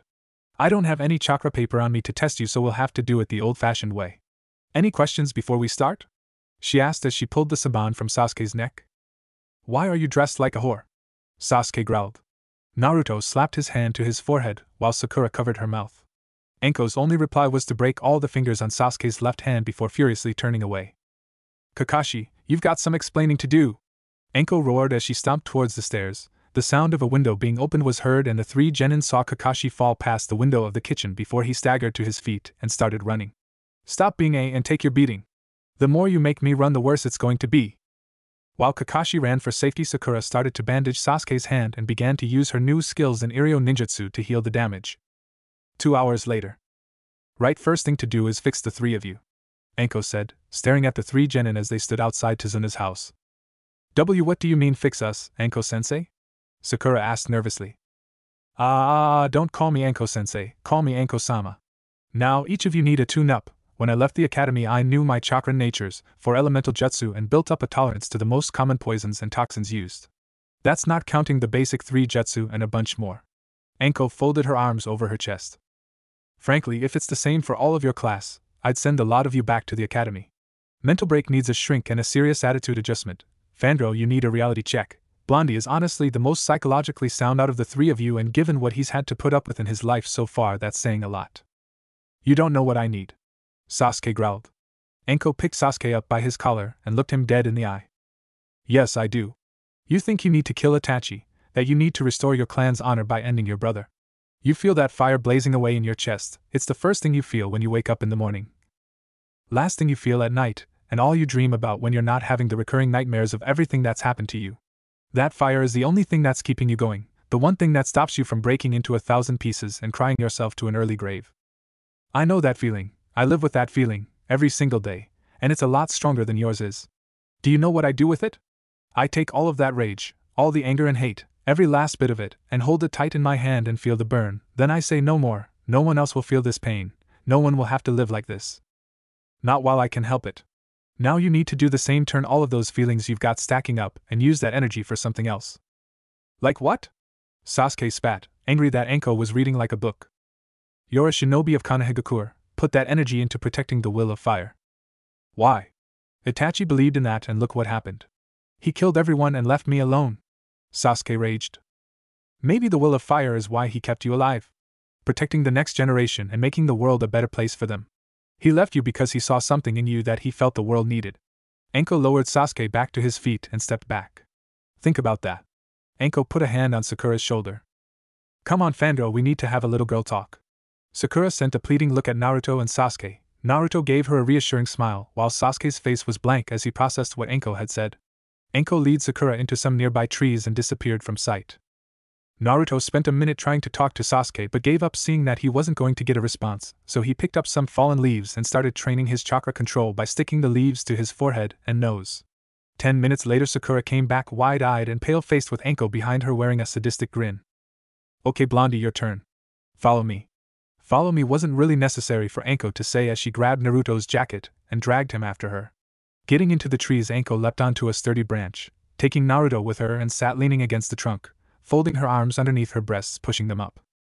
So, what are you going to do with me? Naruto asked, sitting down facing her and trying to keep his focus on her face. The smirk that twitched at the corner of Enko's lips told him that she was intentionally messing with him. Just talk, I meant it when I said you were the most psychologically sound out of your team.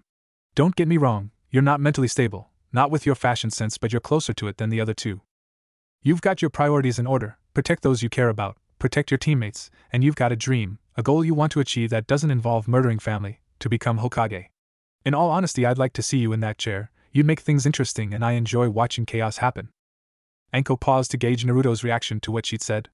Naruto looked surprised to hear what she was saying, especially on hearing he had someone that wanted to see him be Hokage, even if it was just to see what could happen. Before I came out I read your file. Anko continued. I know about the Kyuubi. I know that you finally know about it now and I couldn't care less about it. Everyone has their inner demons to deal with. Yours just happened to be a real one. According to the file, you've never been really angry at anyone, annoyed and frustrated, yes, but not blood-boiling, punch-throwing angry. Which is why I'm saying you're not mentally stable, to put up with all the insults, the mental and physical attacks, not to mention the emotional impact all of it would have had on you. That leaves scars, wounds in your psyche that never go away. You just learn to live with them, but you need to have some form of outlet for it. Everyone has a way of coping with the life of a shinobi. Mental break uses it as fuel to keep him going for all the wrong reasons. Kakashi reads porn and shows up late. Guy trains hard and wears that camouflage jumpsuit. Kurenai is an ice queen. Smokestack, well, clues in the name. My point is you keep it all bottled up, and with the Kyuubi inside you that can't be good. Your pranks can probably bleed a little of that anger off, but not enough to make a real difference in it. I can understand why you've held it all in. You want to be accepted and you love the village, but with everything you've been through and the burden you're carrying, it's not healthy for you to keep it contained. I noticed that you've hit nearly every restaurant and food joint in the village has been a target at least once except for Ichiraku Ramen. They're good people, shame about Tuchi's wife though. They helped me out a lot when I needed it. Anko unconsciously rubbed the base of her neck. Anyway, all I can tell you is things get easier, especially when you get some people you know you can rely on, and when you find something you can do to vent all of that excess anger. Naruto stayed silent and nodded as Anko finished. You're a strange one, Blondie. I came into this mission expecting you to be a loudmouth and complaining about everything, but from the little I've seen and what Kakashi's told me, you've matured quickly, but you tried to hide it. Now that could be you've realized that you need to grow up quickly if you're going to be a shinobi. Could be that something's happened to change you, or it could be that you're not the real Naruto Uzumaki and you're an imposter. So a large snake quickly appeared from underneath the branch they were sat on and wrapped around Naruto. Anko stood up, revealing that the snake had slithered out of her sleeve and used her trench coat to hide the fact. She sashayed her way towards him, her hips swaying back and forth to distract him even more. Naruto silently cursed whatever had happened to him for making him go through puberty again. Which is it? Imposter, or has the little troublemaker grown up? Anko bent over, looking him in the eye and giving him a view of her cleavage. You know, if you keep eating so much dango you'll get fat. Naruto replied with a smirk, using all of his willpower to keep his focus on Anko's eyes. And how do you know I like dango? I can smell it on your breath. Naruto sighed and wriggled a little. I'm not an imposter, I just realized that I needed to start taking things seriously. Anko looked at him suspiciously. I'm not sure I believe you. I can prove I'm the real Naruto, but you're probably not going to like it. Go on. Anko replied after a moment's hesitation. Naruto closed his eyes and called on Kurama's chakra. The snake binding him hissed and retreated back into Anko's sleeve as a small aura of red chakra flared into life around Naruto's body. Alright, Blondie, I believe you. Put the beast back in its cage. Naruto nodded and let Kurama's chakra recede. Now go join the other two, I'll be with you in a few. Naruto dropped to the ground. And at least look a little scared. I don't want anyone thinking I've gone soft. Or that I have a favorite. I am the favorite though, right? Naruto called up to her. A kunai sunk into the ground between his feet. I'll take that as a maybe. Naruto turned and ran back to Sakura and Sasuke before any more weapons were thrown at him. You're right, he's hiding something. Not sure what though. Anko said with a smile as she watched the blonde run away. Kakashi appeared with a shunshin and stood in front of Anko. He's not a risk though, not right now at least.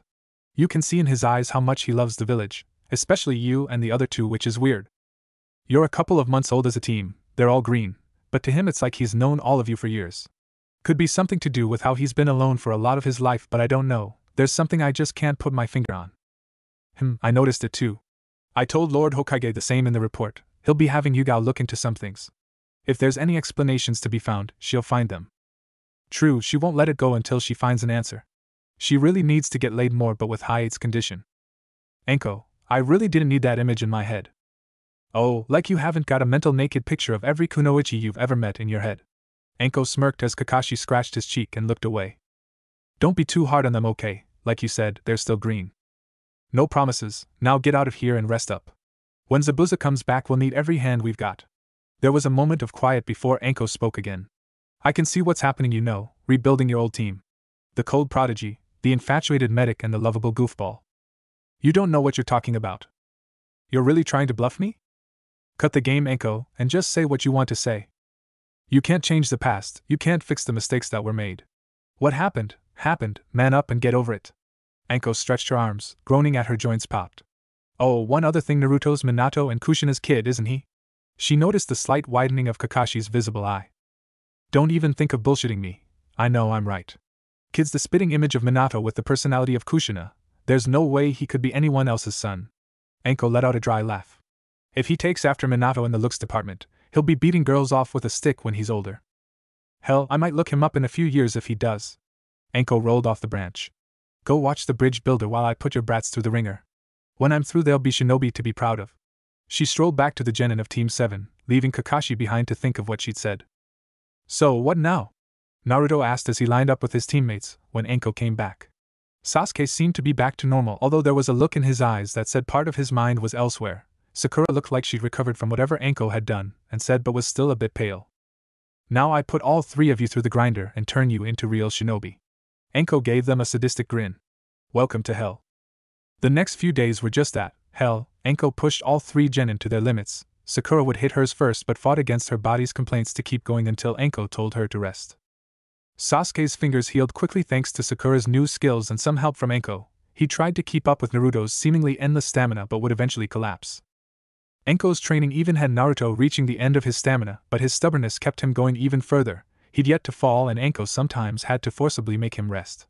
They'd gone through speed and strength training along with dexterity and agility.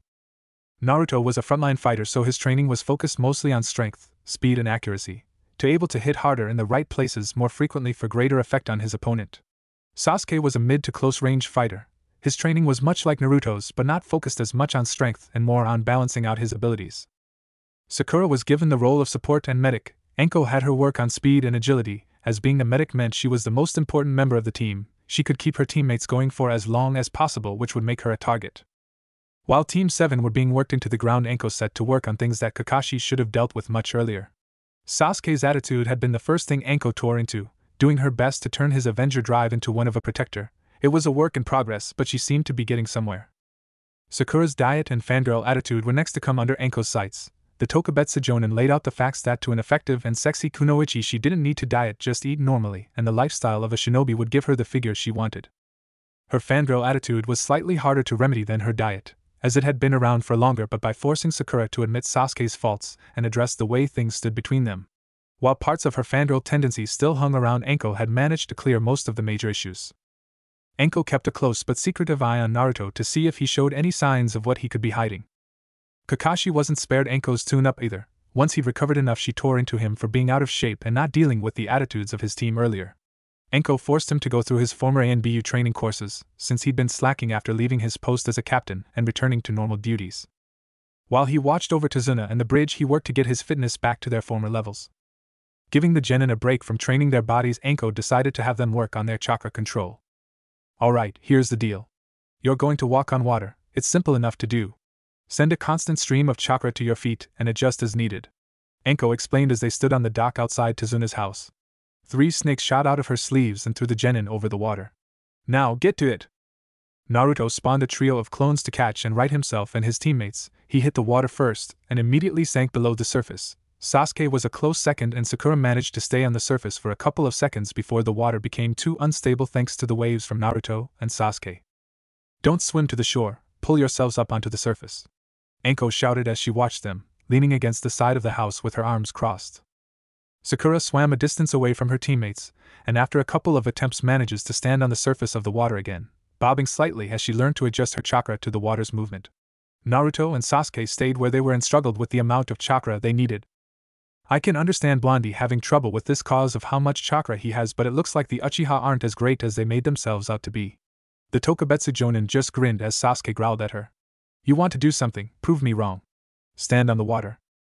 Her taunt spurred Sasuke on, and about an hour later he was standing on the water, a little wobbly, but it was a start. Naruto was in a similar position to Sasuke. He was using too much chakra and sending waves out from his hand each time he tried to lift himself to the surface. I wonder, Naruto muttered before letting himself sink below the surface. When he was about 15 feet down, he sent a blast of chakra from his saws and rocketed through the water and into the air. Whoa! he yelled as he sailed into the air. As he fell towards the water surface, he channeled chakra to his feet and prayed this would work. He hit the surface and the water moved with his impact, sending a wave in every direction. Sakura and Sasuke staggered as the waves disturbed the water they stood on but stayed on their feet. Naruto slowly opened his eyes and saw that he was standing on the surface. Yes! He shouted triumphantly. Congratulations, you can stand on water, Anko said from behind him. Water dripped off of her. It was then that Naruto realized he'd been closest to the dock where Anko stood. His takeoff had sent a wave of water everywhere and soaked her. Now you can learn to fight on it, Anko finished, lashing out with a round kick that sent his skipping across the water like a stone. That was the last thing Naruto could remember, as Anko's kick sent him head first into one of the wooden posts of the dock. He woke up a couple of hours later laying on his bedroll, while Sakura sat next to him looking tired. You okay, Sakura? He asked, slowly sitting up. Sakura jerked in surprise. I should be asking you that. How's your head? She replied. Fine, I've got a thick skull. What happened? After we pulled you out of the water and brought you back here, Anko-sama sparred with us on the water before testing us for our element affinity. She had us push chakra into a flame, a bowl of water, a mound of dirt, and into a balloon. Depending on what reacted to our chakra the most showed us what our affinity was. If none of them reacted much, it would mean we had a lightning affinity. Cool, what did you get? Earth and water. Nice, it fits you. What do you mean? Earth and water, strong and flexible. You adapt to everything and don't let it break you. A pale blush crossed Sakura's cheeks. Anko-sama wanted to know when you woke up. I'll go tell her. Sakura stood up and quickly left the room. Anko appeared behind him a minute later, grabbing his collar and dragging him back to the dock. You've had your sleep, time to see what you can do. Anko stepped off the dock and onto the water, walking to the middle and turning to face him. I'm waiting. Naruto charged off the dock and threw a volley of shuriken at her. Kage shuriken no jutsu, he shouted after forming the hand signs. The volley of shuriken turned into a fast-approaching wall of death.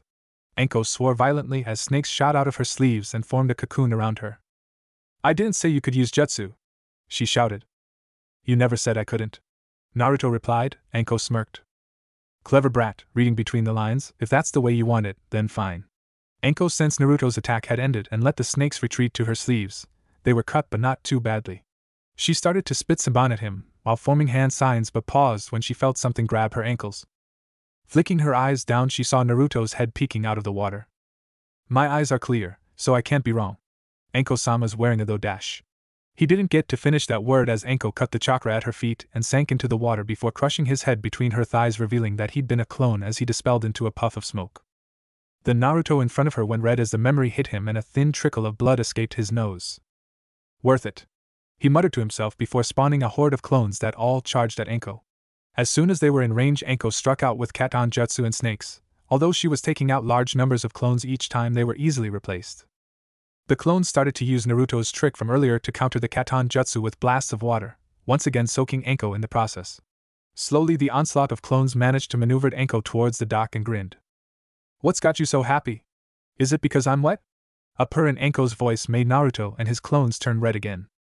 That's not it, he replied, it's 'cause I've won. And how have you done that? A flurry of shuriken flew past Anko's eyes as they wrapped wire around her, tying her to a pillar of the dock. Looking down, she saw the wires had explosive tags attached to them. Kakashi-sensei might be a lazy perv, but he taught us the most important thing there is. Which is? We're a team. Naruto dispelled his clones. Sakura and Sasuke stepped out of the smoke. If you fight one of us, Sasuke said. You fight all of us, Sakura finished. Anko looked at each of them individually before nodding and using a shunshin to escape the wire. I wondered if any of you would think of working together, she said, appearing behind Naruto. Not bad, kid. She ruffled his hair. Not bad at all. Now to find out your affinity. Leading the team back to the house, Anko put a pile of dirt, a candle and a bowl of water on a table in front of Naruto. Channel some chakra into these and whichever reacts most is your affinity. There was a balloon, but mental break burst it trying too hard. Nodding and understanding, Naruto put his hand by each and got weak reactions from each. Try just channeling chakra into the air, imagine it spinning. Naruto did as he was told and the air quickly started to follow the movement of his chakra, letting a breeze flow through the room. Anko let out a low whistle. That's a strong wind affinity you've got there. I'd guess you only have the one, but with the amount of chakra you've got you can probably use any affinity jutsu without much trouble.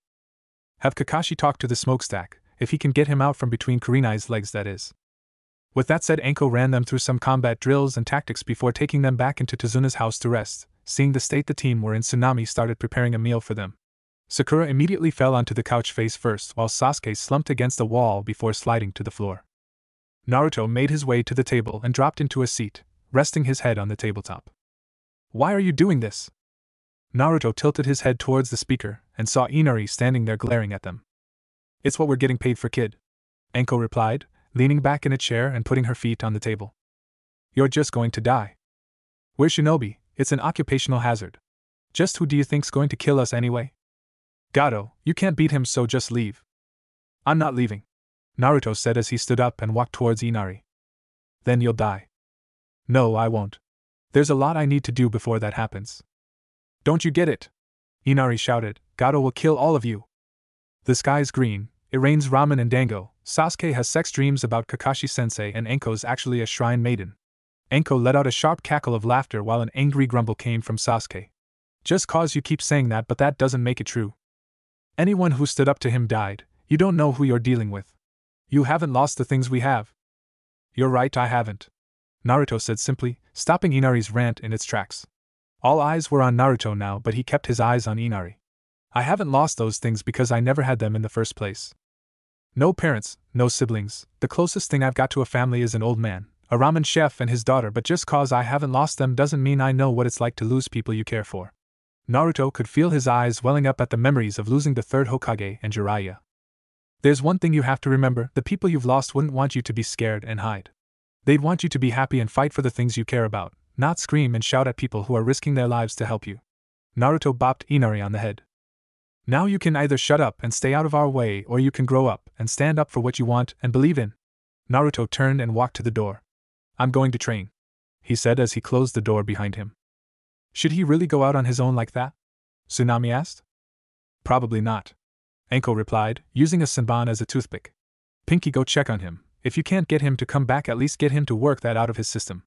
Even though Anko said it in a disinterested way, she was actually replaying the way Naruto had acted through her mind. "But Anko-sensei." "Ahem. Anko-sama." "Better, now what were you going to say?" "Naruto probably wants to be on his own right now. Should I really go after him?" "No, but there is an A-rank missing nin out there, probably with some henchmen. I'm sure Blondie will be fine if they find him." Sakura didn't reply except for pulling herself to her feet from where she'd collapsed and staggering towards the door. "Hang on, turn around and open your mouth." Feeling too tired to question the order, Sakura did as she was told. She felt a couple of pills land on her tongue. "Swallow them, that'll pick up your energy levels for a few hours and ease your aches." Sakura once again followed orders and swallowed the pills. She felt herself getting better and left to find Naruto. "What about me?" Sasuke asked from his place on the floor as the door closed. "Suck it up." As Sakura left the house, she managed to catch a glimpse of Naruto's jacket before it disappeared into some trees. Following him quickly, she searched around for a few minutes. She eventually found him in a small clearing fighting his clones. She quickly climbed the nearest tree and sat on a branch to see what Naruto was doing. "Again," he shouted at them. "We need to be stronger, faster, better. We're not losing anyone ever again. This time will be different. This time everyone lives. Everyone's relying on us, so come at me again with everything you've got." His clones nodded and roared as they charged him with kunai drawn. Naruto spun his tonfa around and settled into a stance. As soon as the first clone was in reach, he lashed out, dispelling it with a devastating blow to the side of the head. "This time?" Sakura whispered to herself. "What's he talking about?" While she watched Naruto fighting his clones, a glint of metal caught her eye. She tracked the glint back to the other end of the tonfa as Naruto spun them into another attack. Waiting for them to stop spinning, she caught sight of kunai tied to each end of the tonfa with wire. She watched as Naruto fought his way through his clones with a ferocity and efficiency she'd never seen him possess before. Once Naruto had dispelled the last one, Sakura dropped from her hiding place but immediately froze as Naruto spun on her and barely stopped his tonfa from hitting her head when he realized she wasn't one of his clones. Being so close, Sakura could see how wild Naruto's eyes had become. They were nothing like their usual friendly appearance. These eyes were those of a fighter, but they vanished as Naruto blinked and took a breath. "Sorry about that, Sakura. I didn't mean to scare you," he said, lowering his weapons and untying the kunai. "It's fine, I should have let you know I was here," Sakura replied, letting out a breath she didn't realize she'd been holding. "Why are you here?" Naruto asked as he put the kunai and wire back in his pouch. "Anko asked me to check on you." "I'm fine, go back to the house and get some rest." "Can't do that. Anko told me to either bring you back with me or help you work out whatever's in your system." Sakura reached into her pouch and pulled out a kunai. Seeing as you're now going to be going back to the house, I guess that means we're training together. She lowered herself into a stance. Don't hold back on me and I'll do the same. Naruto took a second to look at Sakura as if she'd grown a second head before chuckling. Thanks, Sakura. What are friends for? Alright then, let's see how much better we can get. Naruto readied himself and waited for Sakura to attack. The next morning, Naruto was laying flat on the grass, dozing lightly as Sakura sat up against a tree not far from him. We've got company, Kurama said as Naruto felt a hand reaching for his shoulder. You shouldn't be sleeping out here, you'll get a cold, the person attached to the hand said. Naruto opened his eyes slowly to be greeted by a familiar face. Who are you? He asked, faking a sleepy appearance. The person kneeling next to him smiled kindly. My name's Haku. What if Naruto quits Team 7 Chunin Exam Harem? And thanks for watching my video till the end. If you enjoyed this content, then do consider subscribing to my channel, and leave a like if you guys need the next part, comment down, and thanks for watching the video, and see you guys in the next video.